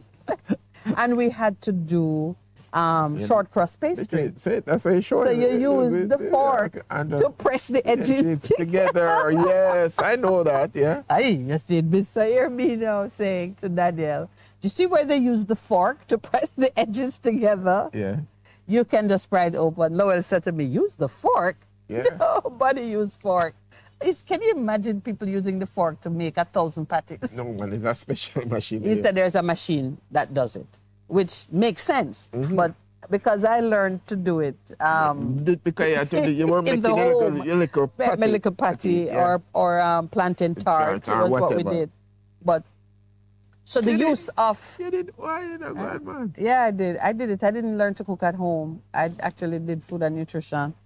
You enjoyed it? I loved it. To this day, cooking is still one of my favorite things to do. Wow. And cooking is a high science. Your chemistry, your physics, you get to practice your math because you have to know portions and control and converting. Yes, absolutely. So sometimes when I invite the kids into the kitchen, the young people into the kitchen, I engage them to see, do they realize how much of the math and the physics and the chemistry is involved in simple things like cooking or even housework, how you sweep. Lowell is the one who likes to show people, how to do various things that involve mechanics, household tasks. So anyway, the use of technology in food preparation is all. Has always been. And I mean, it's still a delight for many women to discover that you don't have to, we make pudding, sweet potato pudding. The old way is to use a metal grater and punish yourself with the sweet potato and the coconut. And when pudding is made that way, please understand you have had a few drops of somebody's blood. Yeah, because it's almost impossible to grate without to use that metal grate without hurting yourself. So like in my house, food processors all around. And the first time I made a potato pudding for my mom, down to the smoky flavor. Oh wow, the scallops on the top. Yes, man. So the first time I made one for my mom, she's like, no grater, no. She couldn't believe it. So, no stove with the hallelujah on top and whatever in the middle. I just use, by the time, a pudding that would take you the old school way, that would take you 4 or 5 hours. In 45 minutes, it's in the oven. And it's only because cooking is an adventure and you must chat. And the best way to cook is have a glass of something on the counter with you. Wow. Music playing. And so, she's taking us through. Oh, wow. Yes, this is how I do it. In my kitchen, cooking is fun. But this is because I have the assistance of all kinds of technological aids. So I'm curious to see what kind of kitchen Heart has put in order to teach gastronomy technology. The other thing she says they're teaching aerial robotics. That makes sense. That is those persons who went to... Aerial robotic is using the... remote control to do things in the air. Drones, for example. Drones, it's drone, right? An aspect of drones, right? Yes. My sister went to the Frenchman's party. Yeah. And you saw it, Lowell? Frenchman did a drone display for their party. The drones were arranged to pour champagne into a glass. Their fireworks display was just beyond. That was at the New Year launch? New Year's Day, I think. Okay. Yeah. But seeing the drones pouring the champagne and you see the liquid, I'll show it to you if she shares it with me. But she's your friend, so I can't ask her. Who that? Which one? Claudia. Oh, so Claudia, hot girl, you know. Very much so. It's in the DNA, you know. All right. So they did. So aerial robotics, pretty cool. Mm-hmm. That's a good one. Mechatronics has been around because it has been at CMU for a very long time. Oh, mechatronics. Mechatronics. Yeah. And they do, she said they teach autonomous robotics. They teach plastic dye engineering. There's optoelectronics. I'm not sure what that one is, but it sounds optical. Optoelectronics. And there's mechatronics. These are all areas that are taught in our national training institution. You see, when you say things like that, you now need to say we have so many students registered and so many jobs lined up. If not, it is just breeze. I was coming there now. I come here like a thing. I leave the field to you, sir. No, let me tell you something. And me can talk about this. In 2016, 17, we did animation, right? Yes. We did animation, and what happened was, can you get persons with a basic high school education and teach them animation? So we did the pilot. Big launch, World Bank person came down to where I was then, PDI, and all the people were there. And that, I believe, sealed the deal for Jamaica to get a loan from World Bank to move towards that. Yes. You train the people, then where them are going? That is a very important question. You train the people, they leave, and they get frustrated, and they don't even stay here, and some of them not even working in that. What some have done, have gone online and getting work and things. But the idea was, like how you have Canada, which is one of the major sites for film and animation and so on, that there are a lot of work they wanted to offload to Jamaica, where English speaking. That has not happened. Mm-hmm. That has not happened. And now Canada has put a noose on how much people can come to work to say they're studying. So it speaks to the fact is, and there's another thing that is happening that we're going to soon come to, in terms of coding and things. We're training these people. We are investing in it. Where are they going to be working? Where are they going to be working? Yeah. You train them. Yeah. Because on the other hand, she, in this sexy job she has, let me just use her word, or sexy job, should be now courting investors who are looking. It's not difficult, because even in the special economic zone, which is a perfect place to establish these labs. Right. You have people come and people come, they set up, they work and create their patentable output, and you have Jamaicans employed in it, so they don't have to travel with. And you get some technology transferring it to. I have news for you. Logistics coming back. Conrad is chatting up a storm on another channel. We have to go line them up now. On Lowell's channel. Where am I now? And he was following the argument closely with the NDA. He asked a question. So who is hiding behind the NDA? NHT is hiding behind an NDA. That does not cover their peculiar information, which the public is entitled to hear. NHT is hiding behind it. This NDA thing, for me, so that's my answer to you, Conrad. NHT is hiding behind an NDA, using it to give the public the impression that there's a private developer who is stopping them from speaking the truth about their motivation and their conduct. We define what the NDA is. We know what an NDA is. It is meant to give the confidential protection over the information of a third party. When your government asks you, why did you cause it to go this way? Nothing to do with the third party. You need to be able to explain yourself. Why the taxpayer not getting a house out of that development that is so beautiful down there, and the house is down there? You must explain why you could not find a way to come to an acceptable arrangement with the developer. Worse yet, you did it for Ruth Venn, and Ruth Venn $40 million house is nothing compared to what we're talking about here. So that's my answer, Conrad. And you should check out the development, because I think you'd love one of those houses. Yeah. What else did he say? He does use the word criminal a few times. He's not alone in that thinking. He says, we're going to court to get these information. And who is guilty? Orange jumpsuit. and I keep saying it. We pretend as if we're in a box. There are ways that we can pursue the right information, whether it is about the Integrity Commission or is about what NHT is doing and how them doing it. There are ways to go about doing it. We're too lazy. But you see, we want to just call press conference and say things. If you get up and do the work, you'd be surprised what a difference it would make in this country.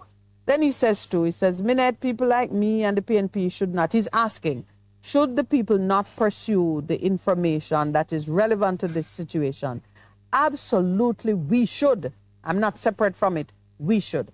You know, I had an experience once where the Contractor General wrote to me asking me for information about business I had done with a government agency. And I wrote him back to say, you have no jurisdiction over me, write to your agency.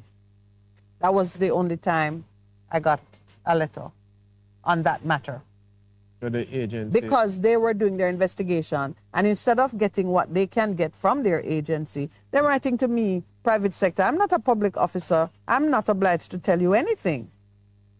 But if a public agency has drawn a check to me or offered me a contract, you are fully entitled, and no confidentiality agreement with me could prevent you from saying, well, this is what I paid out in this term. I paid Minett $10, which they usually do and withhold tax. Yeah. So it's not a secret. Why would you be writing to me? So, yes, the people are entitled to know. Remember, and the agents must give the information about their affairs. Mm-hmm. Because even recently, the Integrity Commission wanted something from the Supreme Court in terms of saying to the banks, they have the right to ask you because they're confidential things. So if they ask you, and then people are saying, no, you can't do that. So the whole thing of integrity come back on the table big time. It never leaves the table, you know, Percy. Big time. It's just a matter of where you place it, if it is part of the main course. All right. Earl Brown is pointing out that there are many Jamaicans in deep rural areas who don't have electricity to use the high-tech devices. So if you got your gastronomy, to bake pudding, so if you got your gastronomy training and you have to go and work in some wilderness resort, the wilderness resort will have its own power source, so you can use your devices. We're really not talking about things that people would do in their home. I mean, I'm serious about food preparation and so on. I would not pretend that my kitchen is the average kitchen. No, it's not. I've seen it. I've been in that kitchen. It's not. No, my kitchen is a caterer's kitchen, although I don't cater. I don't. But, you know, if you have the need to do big cooking, I have a big family kitchen that can do many things beyond. Enough about my kitchen. But you know, it's like 9:51. If you never know. Are you serious? Yes. Did the producer not notice that we should be saying goodbye? Yeah. And Taki is greeting you. So too, Kevin Galloway. Well, Percy, your birthday show is coming to an end. Is there anything you want to say? No, man. As you approach, thank you. As you approach the next, 50. Next 50, next year, decade of my life. I just want to thank all the persons who have had an input in my own life.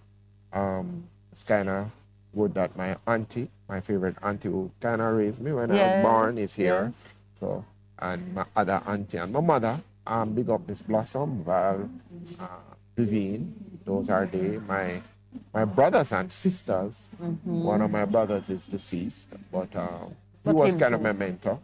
Tony, Michael, all those persons, all my sisters, and of course, in later life, my beautiful wife, Michelle, who has been a major part of what I've become, and to my lovely children, and to my church family. Different people along the way have had major input. My spiritual father, who is in Florida, he and then of course, person I work with, Reverend Miller, give me opportunities, and of course you, Minett and Lowell. I mean, there's a lot of, and of course, coming, just tacking us on to. No, but it's like trailing down. And then of those, class of 82 Calabar, big you up. Yes. And your master's class, what about them? Yeah. That give you stress with the group work. But it has been good. God has been good. I am grateful. And I close it up by saying, simply by your grace, God, I've been to this point. I am grateful. So you're not saying, first I have to thank the Almighty God? Simply by His grace. By At the His beginning grace. and the end. And The at grace the of end. God in my life. No, I mean, we do appreciate knowing you, Pastor Percival, and I know we won't see you tomorrow. You're going off to be lazy starting this afternoon. I like how you put it. You need to share. Yeah, I shared it on here. No, I didn't. That was only you. Only a youngster could come up with that. When you're finished being lazy, man, you Can you do so much so? for me. Oh, wow. Yes, I know you're going off to be lazy. Enjoy it. And God bless you. God bless also all of you who have just kind of stood with us this morning. We don't take calls, but I know you're there listening. I pray that you have been blessed and got some greater insight into happenings based on the discussion that Percival and I have had here. To those who have sent love to Percival, God bless you. He has received it and he's already glowing under it. And back in the studio, Lloydie, thank you. Producer Lowell, you're going to get some laziness today as well. You do need some rest. Have a great weekend, everyone. You know, see it, my doctor. Oh,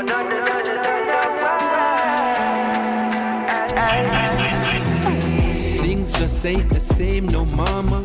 Son a ton scammer, shell down Alabama. You them get caught in the glitz and the glamour. Bricks and the hammers, long clips full of armor. Every day is a drama, gathering by the armor. Protect from everything except for the karma. Man, I try look to the sky for the manna. Understandable who can't wait for tomorrow. Or be beggar and borrow, that's the horrible truth too. Government can't find a thing for the youths to. Poverty no cute and you know that's the root. A 3,000 feet apartment or Ruben Avenue. Everyone I assume want live comfortable too. Honest man look at work, send him youth them to school. But in the place where you're screwed, if you follow the rules, what the alternative you think somebody I go choose? Because I 30 million for your house up a stone. Good old days, how will we live under them standard you don't say? No way, happy militant, vigilant, happy only. Hey, cause I know 30 million in a house, none at all. How will we survive where you go and down a yard? A million is not what it used to be. Farming used to power communities. A degree used to mean opportunity. Only thing man I read now a eulogy. Mineral parlor, say business is booming. School and get empty, so prison is looming. Molly consuming, dolly them grooming. Where do you run to? Like Lila in blooming. But we only survive and we get put up a fight. Life I feel live, I miss the things I feel buy. Money fi make and investments fi set. But even that under threat, financial sector I fret. I mean, that's at about me see all about make a sound. Can't believe the people wacky deep in a him account. Look what money I spend, European a trend. Real estate recommend, man I fi re-up again. Because I 30 million for your house up a stone.